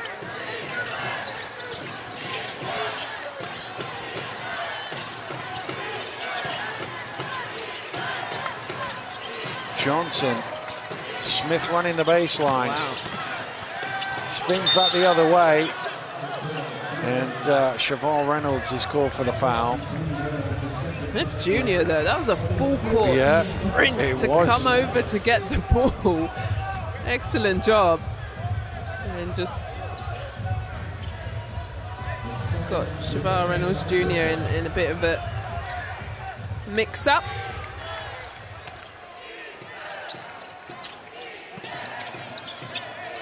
Lobbed into Nicholson. Nicholson back out to Johnson. Johnson splits between the defenders, gets all the way to the rim and spins it in off the glass. Impressive, honestly. That's what I was saying. How long do you leave him on the bench for? As he moves to 21 points.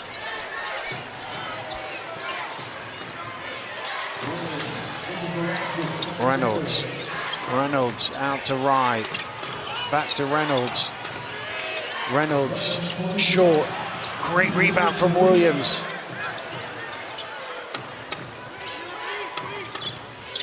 Reynolds out to Williams. Launches the 3 and hits. Dean Williams with the triple.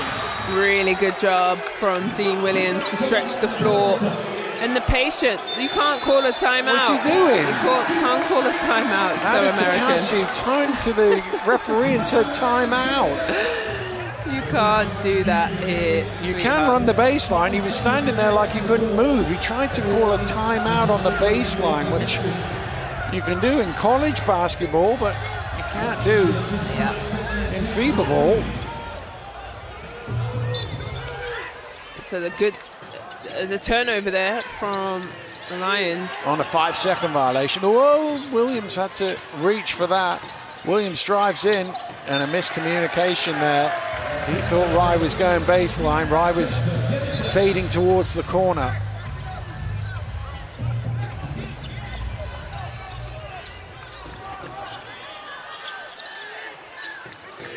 Still, Lions though, you're not pressing to trap or anything, but just making it a little bit difficult for Manchester to bring the ball up. Williams called for the foul. London with their biggest lead of the game right now, although Jordan Johnson will get a chance to pull it back down to 4 from the free throw line.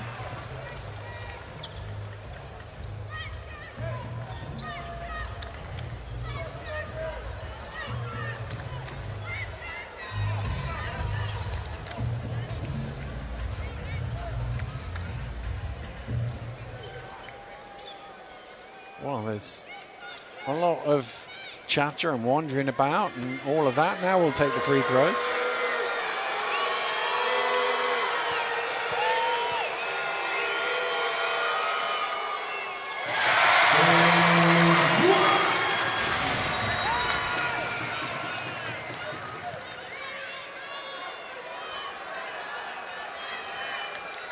definitely feel the home court advantage. Cranking up. Yeah. And 2 more to the tally of Jordan Johnson. He's the only Manchester player in double figures with 23. Scott out to Rye. His 3 is off the mark, and Scott can't quite keep it in play. It's a Manchester ball. There's that zone I was talking about from Manchester with that foul trouble. Just trying to protect themselves. And then here's this press.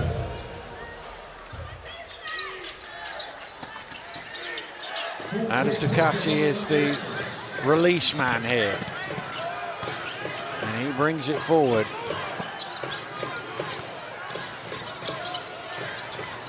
Aditokasi still has it. Spinning one way, then the other, and finishing well off the glass. Excellent move, Shelton there, loves it. A double spin. Middle of the key is wide open. Phillip looking now for 3. Short, that will go all the way out of bounds and will be a Manchester ball. Well, Tim Aditokasi got the ball, looked to give it away, couldn't find anybody to give it to, so he said, oh, I'll just do it myself. Yeah, and just danced around and found a lovely angle. Well, Manchester, who moments ago were down 6, can tie the scores. They can go in the lead. They do go in the lead. Jordan Johnson again. 26 points for him, and Manchester are back on top. What an absolute bomb from Johnson. That was deep, pretty far from the 3-point line. And he has shown up, showed out, and is here on the big stage, playing really well. Well, we were wondering how long you could leave it without putting him back on. I don't think they're going to be taking him out anytime soon. Look at this one, from miles out for 3, but he turned around, he saw the defender was 4 feet, 5 feet, maybe even further back, and he said, have some of that. Yeah, drops it in, and right back in it. Excellent shot, honestly. And because of the confidence of that first half, he's willing, and he's got the green light, right? If I'm coach, I'm saying, hey, go ahead. Well, as I say, a few moments ago, it just felt like London had got a stranglehold on this game. Manchester was struggling to score. London, first of all, reeled them in, then got in front, went up by as many as 6, but Jordan Johnson said, this is my game. I'm dragging my team back into it. Well, excellent job, and just managing moments now, isn't it? Because multiple players are on a good couple of fouls for both teams. You can stay out of foul trouble, keep them off the line. This is going to go down to the wire in the 4th, for sure. Well, we were talking about MVP picks earlier. If Manchester win it, we've got a pretty easy pick today. But on the other side, it might be a bit of a challenge. If London were to win this game, again, it's a spread performance from them, as we see so often. 47 seconds to go here in the 3rd quarter. London suddenly behind again. McGusty out to Reynolds. Reynolds to the runner is good.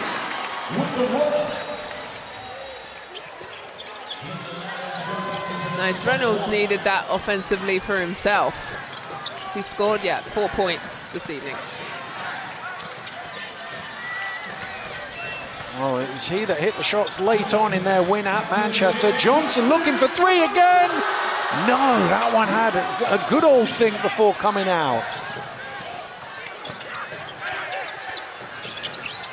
Reynolds gets it back from Williams. 4 on the clock. Reynolds, he needs to shoot here, doesn't see the clock, and London run out of time. Brown didn't see the clock either. He turned around and was like, what's that? It's the end of the quarter. London have come back from 15 down in the first half. They led by 6 here in the second, but the advantage is only 1. 10 minutes to play here at the AO Arena. It is London Lions 58, Manchester Basketball 57, right in the balancing. Well, what a quarter for the Lions. You know, first half couldn't really get themselves going. They win that 26-17, and the percentages finally start to make their way up. Both would like to make a few more than 5 3-pointers in this game. That could be the way to win it if one of them can get hot from behind the arc. Yeah, but the rebounding game has been excellent for the London Lions at 38-26. Also the assist 17-6. London Lions getting themselves, sharing his game. You're in? Yes. Just to pick you up on that rebounding, 15 of those 38 are at the offensive end. They have 13 second chance points. London, Manchester have no second chance points. Well, when you got Johnson on your team. Yeah, don't miss it. It's a good way, but hasn't been many. But what a start to the second half. Exactly what London needed coming out of the half. They had to get a good start, get some momentum, feeling good about their offense, and they certainly did that. And they turned the heat up defensively to get back in front. Yeah, right from the beginning too. Multiple guys got involved, McGusty, but it was their defense started to get them going. But we're going into the fourth, and there's not much in it. 1 point. Well, 10 minutes to decide it here in Manchester. London with one trophy in the cabinet. They're so far clear at the top of the standings that you can't see them not pretty soon wrapping up the league title. They got a lot of games to still to play. They seem to be playing them right now. I think it's 5 of the 6 games in a row against our London games. Yeah, because there's 4 trophies to go and get. They got the trophy. They got the trophy. Today's the cup, and then regular season of the championship, and then the playoffs. So 4 bits of silverware on offer, and to win in the SLB. Well, it's been a while since anybody did the clean sweep in top flight British basketball. Newcastle, who did it 3 times. The last. Cheshire and Kingston, the other 2 teams to have done the sweep.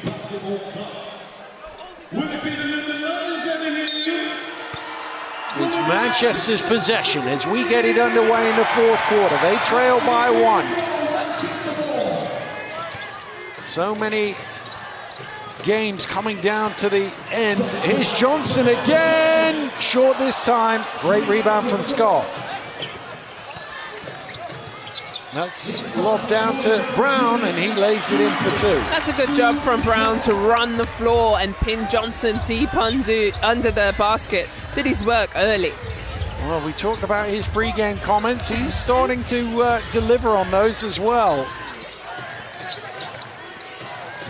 Smith bails out of that elbow jumper, gets it to Adetukasi. 5 on the clock. Adetukasi trying to find some room, gets the shot away and hits a 3. That's massive, especially with Scott in his face. That's a tough shot, defense right there. Levels the scores at 60. McGusty gets it back from Phillip. Here's Tariq Phillip looking to reply with 3 of his own. Overcooked. Johnson pulls in the rebound. First rebound of the game for him. He's done it all at this end. He's looking for 2 more. Rebound Nicholson. There's some second chance points for Manchester. Their 7th offensive rebound, the first time they put it back for 2. Good job from the big fella there, just using his size in the right place. The zone still 2-3. McGusty, around it comes to Phillip. Ball deflected, 5 on the clock. Phillip into the key, fires it up high, off the mark. Ball is loose, Johnson has it. Has Irvin with him, here is Irvin. Traveled with it. The fans didn't hear the whistle. They were up and cheering, but there was a walk before he got the ball on the floor from Zach Irvin.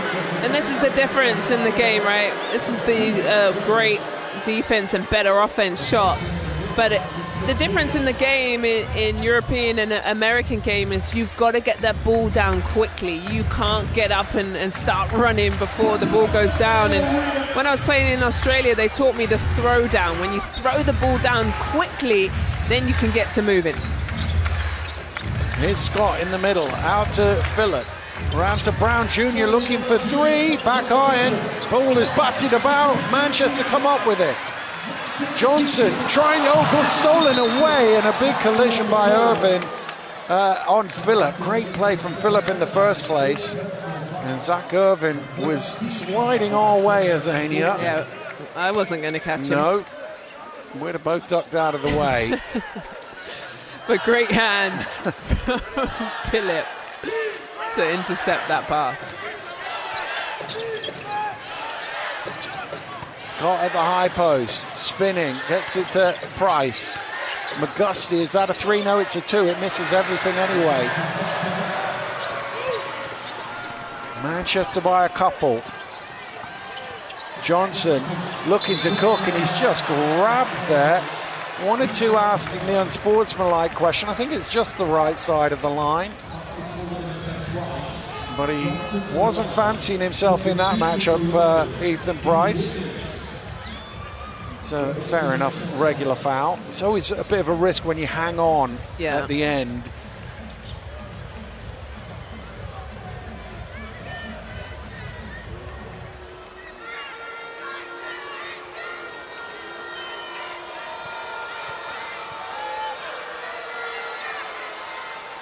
Oh, missed free throw. Free throws are going to be important, especially as we start to come down to the finishing touches. He just takes a deep breath and takes his time here. Makes the second. Manchester's lead is now 3.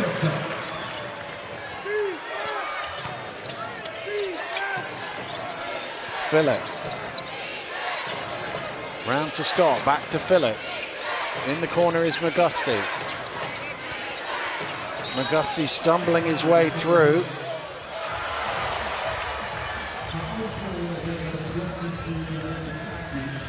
Adekasi with his 3rd foul.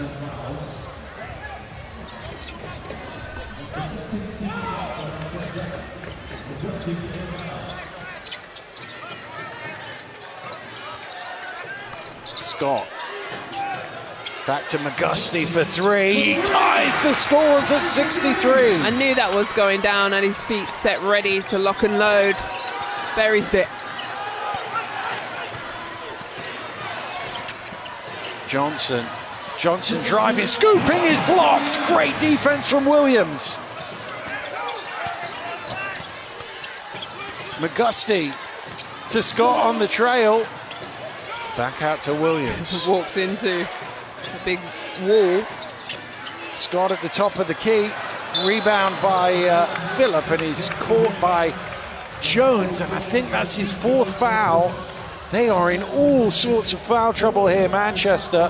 Max Jones, Gabe Osaboyan, Zach Irvin, all on 4 fouls. With 6 minutes and 24 seconds still to go. They're going to have to go to their bench. Smith, well, they're protecting Irvin first. They're like, Irvin's had a couple of plays since he got his 4th foul. It was that one on Phillip. So Jones can last a couple of plays.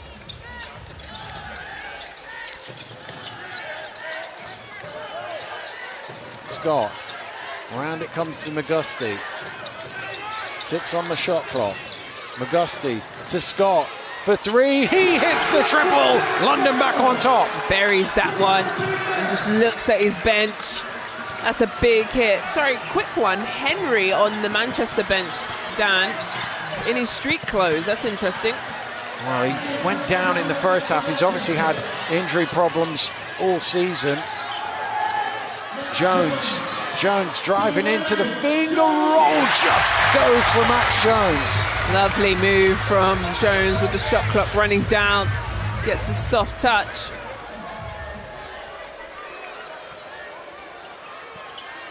Well, gathering of breath here with 5:46 to go in a one-point game.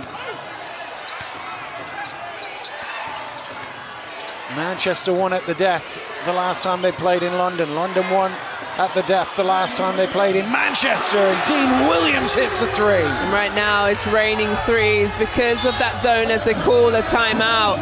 Their defense is getting sucked into the paint and they're kicking it out where, you know, London Lions were kind of struggling from the three-point line, now starting to heat up with no defense in your face. Most professional basketball players can knock that down. Well, it feels like a big lead at 4 points, doesn't it? Dean Williams with a tremendous defensive play. Max Jones somehow off balance, able to lay it home, and then Dean Williams making it a 4-point game here, 5.5 to go. Jordan Johnson absolutely dominating the scoring with 27 points. London doing it by committee as they almost always do. I can't really think of a game other than Scott in the first few weeks of the season where you've got one guy who's going for 25, 30. Yeah, I think just as we come into the last 5 minutes or so, Dan, I think it's the fouls for Manchester. How can they manage them? It's the kiss cam is going on. Wow. Manchester wandering out on court. We were slightly distracted by an enthusiastic couple in the kiss cam. Lovely. Well, anyway, all love in Manchester, but who is going to get this huge win and bragging rights and to lift this cup final trophy? 5.5 minutes to go. Ossaboyan back to Jones. Two of the Manchester players on 4 fouls. You could do with a bit of Max Jones magic here, Manchester. He takes it to the rim. Oh, it bobbles out. Ball is loose. London have it. How on earth did that come out? It was almost halfway down. He has been more aggressive, though, in this second half. Scott stumbling his way through, throws it back to Phillip. Phillip is fouled by Smith. That's only his third. Fourth team foul. It's a long way to go. 4:54. 4:55, sorry, on 14 fouls. McGusty around the screen. Kicks it out. Brown Jr., big shot, misses the three. Smith clutches the rebound.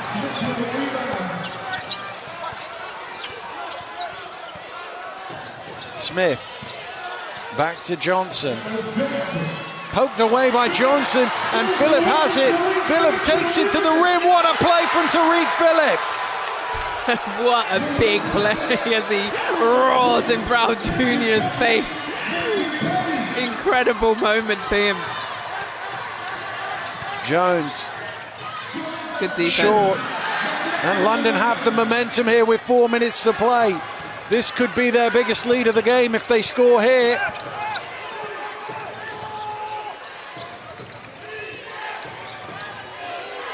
McGusty calls for the screen. Drives in, back to Williams. Williams puts it on the floor. Ossaboyan does everything he can to deny that shot. And Williams is going to get called for the foul. Smith did some inventive play there to ensure that he got there first and was able to draw the foul. Dean Williams, this is a great way to just catch your breath here for a moment, but great hands from Tariq Phillip, and then the beautiful finish to keep off Johnson, and there was the celebration with Brown Jr. Wow, they haven't managed to keep the ball out of his hands too many times, Jordan Johnson, but that was a big play from Tariq Phillip. This is an important moment here for Manchester. Down by 6. They kind of need a score here with 3:44 to go.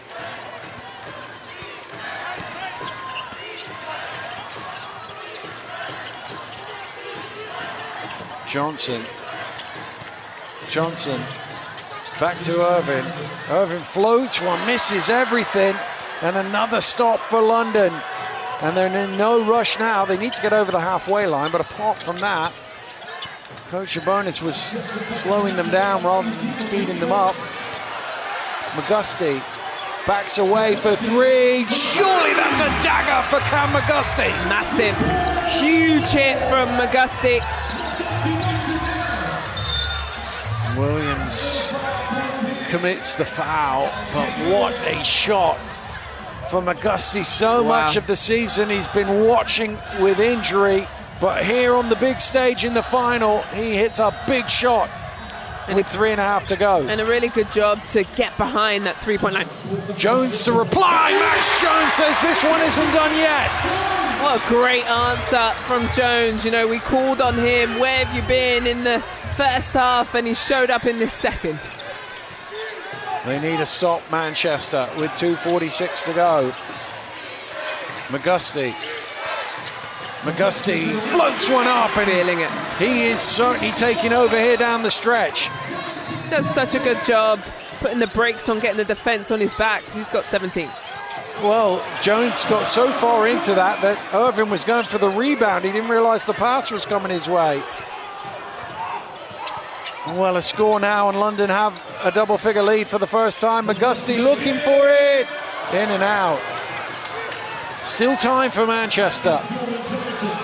Johnson fakes the three, drives in instead, doesn't get it to go. Scott with the rebound, and he clutches the ball. They've got numbers here. McGusty will take his time. Smart move from McGusty.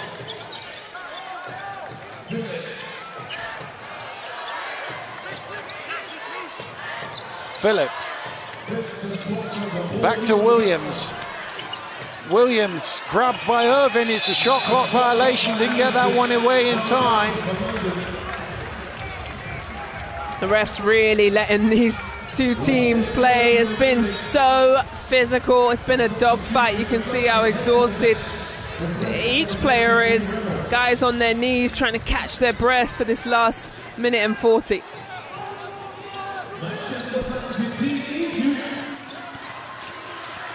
Johnson. Still Johnson. Denied.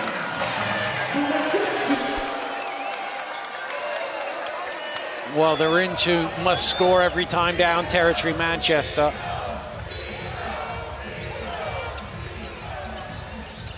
Into Irvin. Jones. Out to Johnson. Johnson for three, cuts it to 5. Timeout is called by Coach Sabonis. And Jordan Johnson with 30 points in a final. The first player in a British top flight final to go for 30 since Ricky McGill for Plymouth against London. That was in the COVID season. There was nobody there to see it. Well, one play you can't leave open, Lions, is Johnson. He's been on fire. Look how he just floats to that corner and lets it fly. Massive hit. Wow, Dan. Because the thing is, the last time they played, like 2 weeks ago that they played? Yeah. And London Lions were up 14 and Manchester pushed. Reeled them in the fourth quarter. Yep, and got that game by 71-72, where today Manchester have really, first half controlled the energy in the scoreboard. Second half, the third quarter, London Lions come out with their punch. And now we're here into the fourth. You still feel like Manchester need to stop on this play, though, because let's face it, London are going to try and take 20 seconds off the clock. So Manchester will get the ball back with a minute to go. If they get the ball back down 7 with a minute to go, it's hard. It's a lot to do. Difficult, and what Lions are doing really well is taking their time on the offensive end. They're not rushing. They're using the shot clock and taking a shot in the last, 3 to 4. They had an a shot clock violation, didn't they, in that last one? It's into Scott, back to Phillip, the veteran GB international, who's Played a lot of big games in his career, knows how to see them out. Here he is with the ball in his hands. Brown, now they've got to start to think about to go. McGusty does go, and McGusty from the elbow. Big right now. McGusty has stepped up offensively. Johnson out to Aditokasi is blocked by Scott. A huge defensive play. The bench love that. That is an outstanding job from Joel Scott to hustle his way all the way over there and block that shot. The horn is gone. Nobody could hear it. The horn had gone. But Manchester have called a timeout. 50 seconds to go because they have to score here.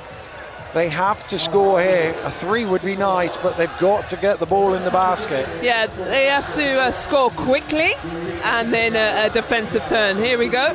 Here's the block from Scott. Oh, Aditokasi doesn't get blocked on those too often, but Joel Scott recovering brilliantly from 1 foot in the paint to the 3-point line to smash it away. That's massive, you know, defensive plays. You have to figure out a way to stop Manchester. They've been excellent. But really, the defense on the other end, for London Lions in this second half has really, they've turned up the heat. Well, Manchester just 31 second half points.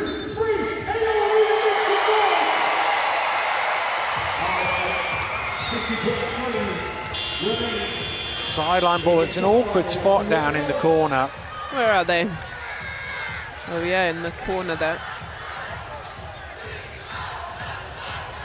Well, it is London voices that are echoing around the AO Arena.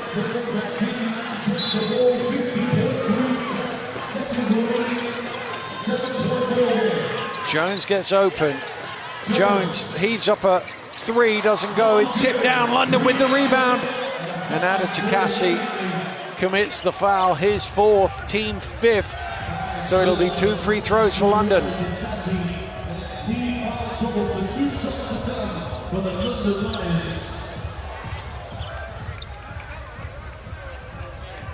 Wow. Philip will walk the length of the court. Manchester kind of need him to miss both of these, really. And the boos rain down to try and put him off. Oh, first one out of thing. You just think about the number of shots in this second half that have done that and come out for Manchester at the other end.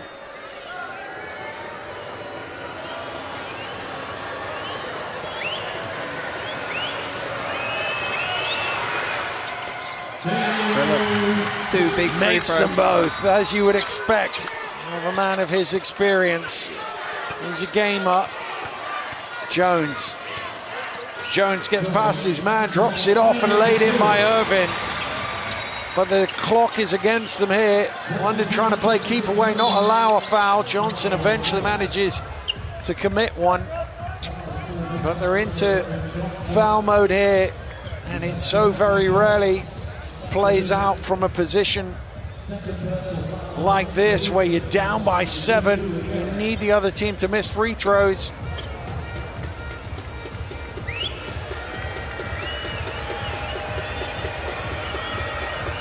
Phillips, 78% shooter on the season. Well, he's missed one. It's still 3 possessions between them, no matter what happens.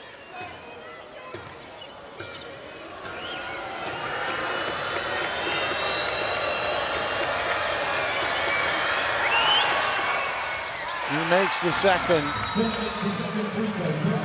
Johnson, what a game he's had. Looks like it will be in vain, but one of the great final appearances for sure.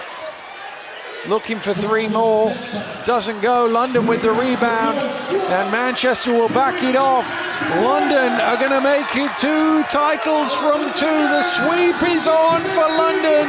They talk their talk, and they walk their walk. Oh, and there's a bit of a fight to go on here.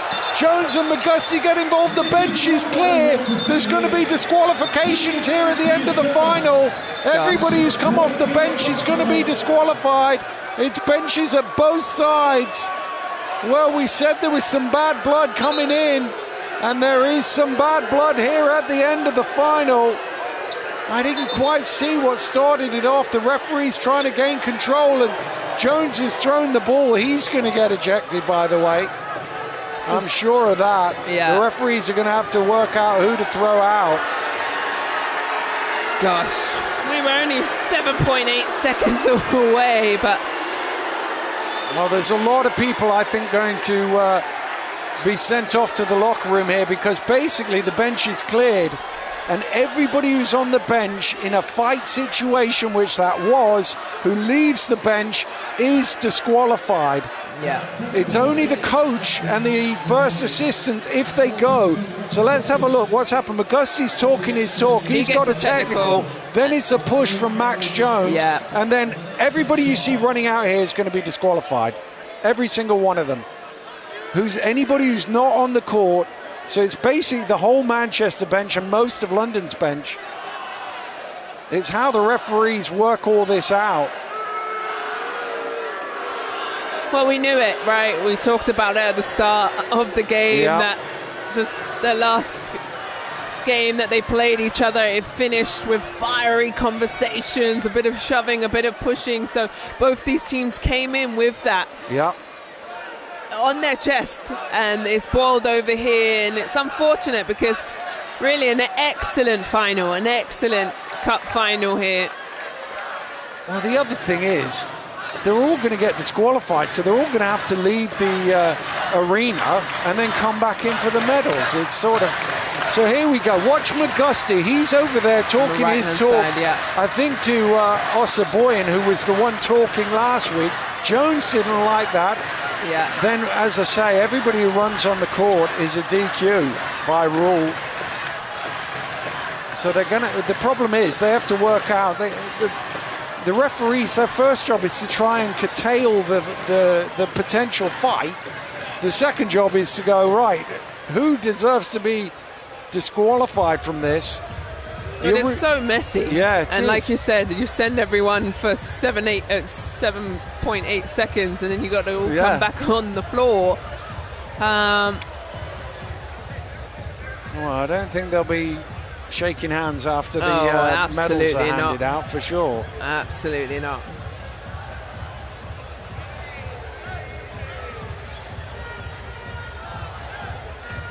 Well, it's a lot to work out here for the officials. Yeah. And if these two teams were to meet in the playoffs, it would, I'm sure, carry over there. Extra security is needed. And you can see here they're trying Coach Sabonis was already celebrating, then suddenly he's like, what's going on? And he's gone in to try and break it up. Yeah, he got right in the middle. Shelton's in there. Well, it's all the usual suspects when it comes to the fiery side of the game.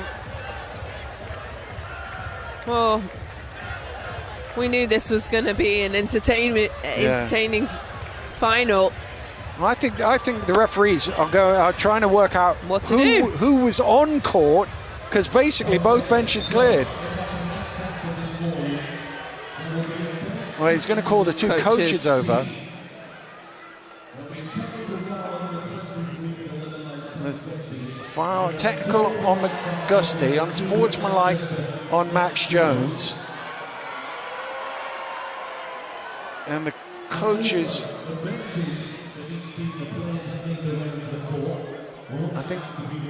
I think everybody's been disqualified. Yeah. I think basically they said anybody who wasn't on the court has been disqualified. And to be fair, it looked to me everybody was on the court, and once you come on the court, that's it. There's no, well, I was trying to break it up, that I was trying to do this or that. Everybody is disqualified. That is the rule. It's been the rule for Well, I don't remember it not being the rule. Yeah. It's always been the rule. If you leave the bench, I can remember a game in the 80s where I saw players disqualified for exactly that. So you all got to go, I'm afraid. What a wild finish to this game. And it's the right call. You have to leave the floor. Well, they're all getting high fives on the way out. Even Matthew Goodwin's been disqualified. He wasn't even on the roster by the looks of it. So it's just the 5 players left for London, and Manchester will have to do the same. They've all been disqualified. And will there be free throws as well from the technical of Magusti? You know what? Because they're not the same. Yeah. I think there will be 1 free throw for the technical and 2 free throws for the unsportsmanlike. But those all the disqualifications cancel each other out, because Right. it just goes down as 1 coach technical in that regard. So they all wipe each other out. But the original incident, because one's a technical and one's an unsportsmanlike foul, they have different values. So I think it will be 1 free throw and then 2 free throws. Well, the Manchester players are starting to go. Interestingly, Babalola is on court, so I can only assume he didn't leave the bench. He knew what he was doing. He said, I wanted to play. He said, I'm going to play. On for an appearance. So if I'm right, it'll be 1 free throw for the technical for a Manchester player, and then 2 free throws for the unsportsmanlike for Magusti, it should be, because he was the one that was pushed. So Jordan Johnson will get a chance for a 31st point. Oh, he's letting Babalola shoot it. Yeah. Fair enough. Fair enough. And Temi Babalola, who's not actually played a second, might get a point before he's got any time. Wow. Doesn't happen often. It doesn't. You're right. He hasn't played any minutes. And he buries We'll the end free up with throw. 7.8 seconds. Should be 2 free throws now for Magusti, which it is. That's also a rare occasion, right? Yeah.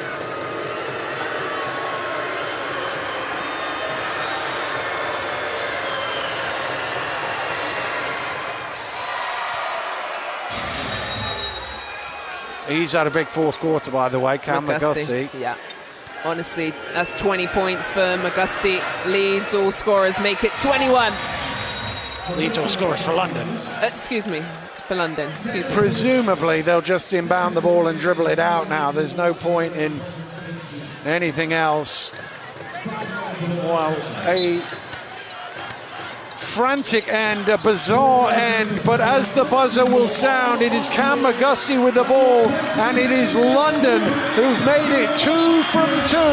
They are the cup champions, and the rest of the players can return to the floor now to celebrate. Well, they did talk the talk, they walked the walk, and it wasn't easy, but they figured out a way to get it done. They dug deep because Manchester pushed them, especially in that first half. Dan, I thought, wow, here comes Manchester, but London Lions was able to withstand that storm, and they get the job done. Well, the interesting thing is the rest of the Manchester players have now walked off. There is nobody left from Manchester other than the coaching staff out there, and obviously we have the medal presentation still to do, so that will be interesting to see whether somebody can get them back out onto court, but London won't care. As I said at the start, they talk their talk, but they've delivered it here this afternoon. Yeah, you know, it takes a lot of, I'm going to say big basketballs to say that type of energy that they brought to this cup final. They said, we're better, our coaches are better, and at the end of the day, they got it done. It's very, what's the right word? You know, when you're... Bravado? Yes, I don't know. Yeah, just really... Well, the other thing is, we talked about Chaundy Brown. He had 12 points, he had 6 rebounds, he had 3 assists.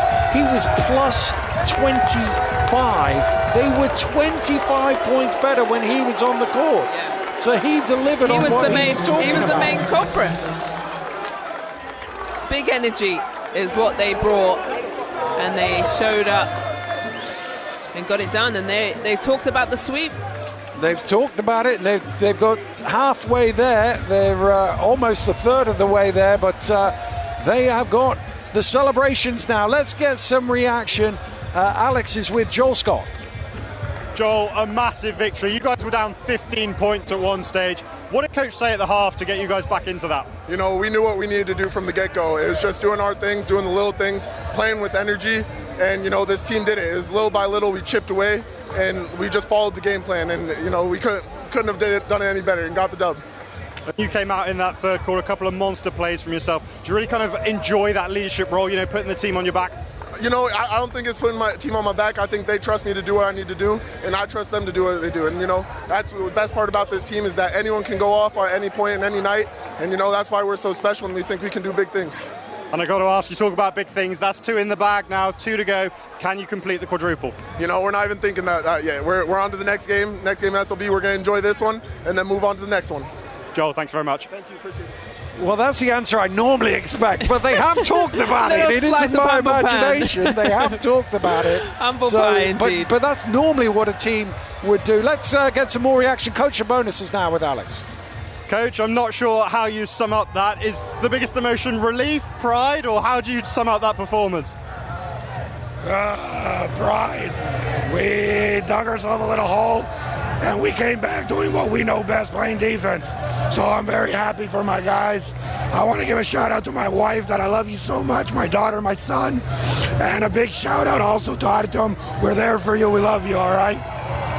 And at the half, you know, 8 points down, you made a couple of adjustments. Your boys came out fighting in that third quarter on defense. They really showed their heart today. Exactly. They understood that without doing what we do every day, without playing the defense that we do, we are not a good team. And when we do that, we're an amazing team. And I asked Joel, he didn't want to get drawn into it. Look, that's 2 trophies in the bag. Now there's still 2 up for grabs. You're fighting for both of them. Can this London Lions become something really historical this season? We'll see. Again, I stay to my roots. You know, you go game by game. Now we got to celebrate, and then we got Sheffield. Coach, thanks very much. Well, he wouldn't be drawn into it as well, but it is there for them. As I say, the league title is surely only a matter of weeks away. They've got the cushion, they've done the hard work, so then they can turn their focus to the playoffs. But right now they can turn their focus to the medal presentation. And, well, Manchester have not made it back, so Manchester are not there to receive their runners-up medals, so we will only have one half of the presentation. I'm not sure I've seen that anywhere in any sport, ever. Ever, but just going back to the Lions, that second half was tremendous. They held Manchester to 17 points, both in that third and fourth. They outscored them both quarters. It was just a different half of basketball, wasn't it? They came out of that half time and just excelled. Well, that was the thing. We were wondering where the offense was going to come from at stages in that game for London. They ended up with 5 guys in double figures. Yeah, they did. And multiple guys. And me and Drew talked about at the start of the broadcast. They have so many weapons. Joel Scott goes for 15 points. Brown Jr. 12. Phillip, massive points with 12. And then also McGusty with 21s and Dean Williams with 11. So who do you stop? You know? That was the question, and really actually McGusty coming up with some big shots in that fourth quarter as well. Struggled a little early on to get that shot going, but down the stretch he seemed to knock it down every time it touched his hands. Absolutely, and with those 6 rebounds and 7 assists. So in that first half where he was struggling a little bit on the scoring end, he was still dishing off those dimes. Here comes Manchester. Dan? Oh yeah, Manchester are making their way back out now, or at least a couple of them are. A few of them have already got changed, but I think it's too late for the presentation. Yeah, I think we've already gunned out the winners' medals. Yeah. So I don't think it much matters, but a few of them, at least some of them, are making their way back out. But there's no point in doing it after the other team has got their medals. Well, the only presentation left to be made is that of the most valuable player of the Cup final.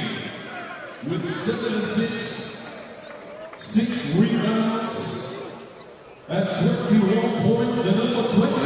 MVP, unsurprisingly, for a big fourth quarter and a massive performance overall. His season has been curtailed by injuries, but when it mattered the most in the final, he was there to deliver, and the golden basketball is his. 21 points, 7 assists, 6 rebounds, plus 26. They were 26 points better off when he was on the court. A huge impact for Cam McGusty. Excellent, honestly, excellent job from McGusty in the fourth especially. Well, the only thing left to do is to receive the trophy. Quick pose for the cameras. Ovi Soko has it in his hands. 2 trophies are in the bag now. The 2026 Cup champions are the London Lions. And the ticker tape flies here in Manchester for London. They're halfway there to the clean sweep. They've got the 2 knockout competitions in the season. The league title is close, and then the playoffs will await them, and they will feel that nobody will be able to stop them. They've come up here, they've played in Manchester. Most of the crowd was against them, and they saw it through. This is a huge win for them, you know, for them to bounce back in that first half to the second, and it was a fight. It wasn't easy. I love what Manchester did, though, really pushed them till the very end. An excellent game to be a part of and commentate with you, Dan. Well, you just kind of wish it had finished 8 seconds earlier, don't you? So we didn't have to go through all the silliness at the end. But it was a tremendous day for the London Lions. They will have another evening of celebration, another medal to add to the cabinet. They will, I'm sure, enjoy this one probably even more than they did the first one, given everything that went on at the end there and given the team that they were playing. Let's throw it back courtside. Drew, you've got a special guest. Yes, we do. We're here with the MVP, Cam McGusty. Cam, I want you to dive deep for me. During those dark times when you were out with injury, what did you pull, what did you lean on to allow you to come out here tonight and perform on the biggest stage? Honestly, just the trust in my teammates and my rehab process. You know, I decided I was going to take it day by day and just use this time to maximize, you know, my body, get in shape, and use the time to, like, you know, recover and stuff, because, you know, we had a long Euro Cup season, and we played like, I played like 10 SLB games, so I just wanted to recuperate and come back stronger than I was before. And how big did you guys have to dig deep in that halftime? What did you guys talk about to come out in the second? Yeah, you know, throughout the season, I feel like for the most part we've been a second half team. So being down 13 is nothing that we haven't seen before, and it just is a testament to our character and the type of team we are. And Manchester, they tested you tonight. When was the moment? What was the turning point that you knew that you can turn this game around? Honestly, when we went in the locker room and we were together, nobody was complaining, nobody was yelling at each other. We kind of looked at each other like, hey, we've been here before, and we know how to climb through the adversity, and that's what we've been doing all season. So, you know, we just trusted each other, trusted our coaches and our staff, and here we are now. Well, would you say that this is a legitimate rivalry between you guys in Manchester? I mean, I'm just saying, that's what it feels like from the sideline. I mean, look, man, we come out every day, we work hard at practice, and we come out and compete every night. We didn't throw the first shot, we just finished it, so hey, that's so we got matters. you know, we just here to win, to play. I'm sure we'll see them again. They're a great team, great coach, they're greatly coached, have great players, so you know, I'm sure we probably gave them some ammunition, so looking forward to seeing them again. Well, finally, before we let you out of here, I don't want a PC answer. Will the London Lions finish the job and get the clean sweep this year? Of course, that's been our goal the whole season. Go 3-0, win all 3 championships. So look forward to it. I think the championships game, May 16th or 17th, something like that. So and then the playoffs. Obviously, you know, we're a humble team. I'm a humble guy, but yeah, of course, we expect to win all 3 championships. There it is, Cam McGusty, the MVP. Go celebrate, man. Appreciate your time, man. Thank you. Congratulations. Wow, well, there is a lot to unpack there, Z, but there is one thing for sure. The SLB in its second year of existence, there is for sure a rivalry here on hand. I really love it. You know, I love the intensity. I love the fight. He was a bit humble there, a bit too humble for my liking, but he was fantastic, especially in that second half where he was struggling in the first with his offense. He was dropping dimes, he was getting rebounds, but then this step back is clean, knocks it down, and that really pushed their momentum. But we talked about their scorers and their killers. They had multiple guys in double digits. And what part of London Lions for you personally was the difference tonight for them to turn this game around? You know what? I think it was their energy. I felt in the first half kind of, you know, weren't a little flat, weren't competing. Manchester were diving on the floor. They were sacrificing their bodies. After that halftime, and they came out, then that momentum switched. Yeah, one thing you mentioned in regards to Manchester, and I agree with you, leaving Jordan on the bench in the second half, I'm starting him, I'm with you on that. Yeah, start him. He was balling. What did he have, 25? He finished with 30, right?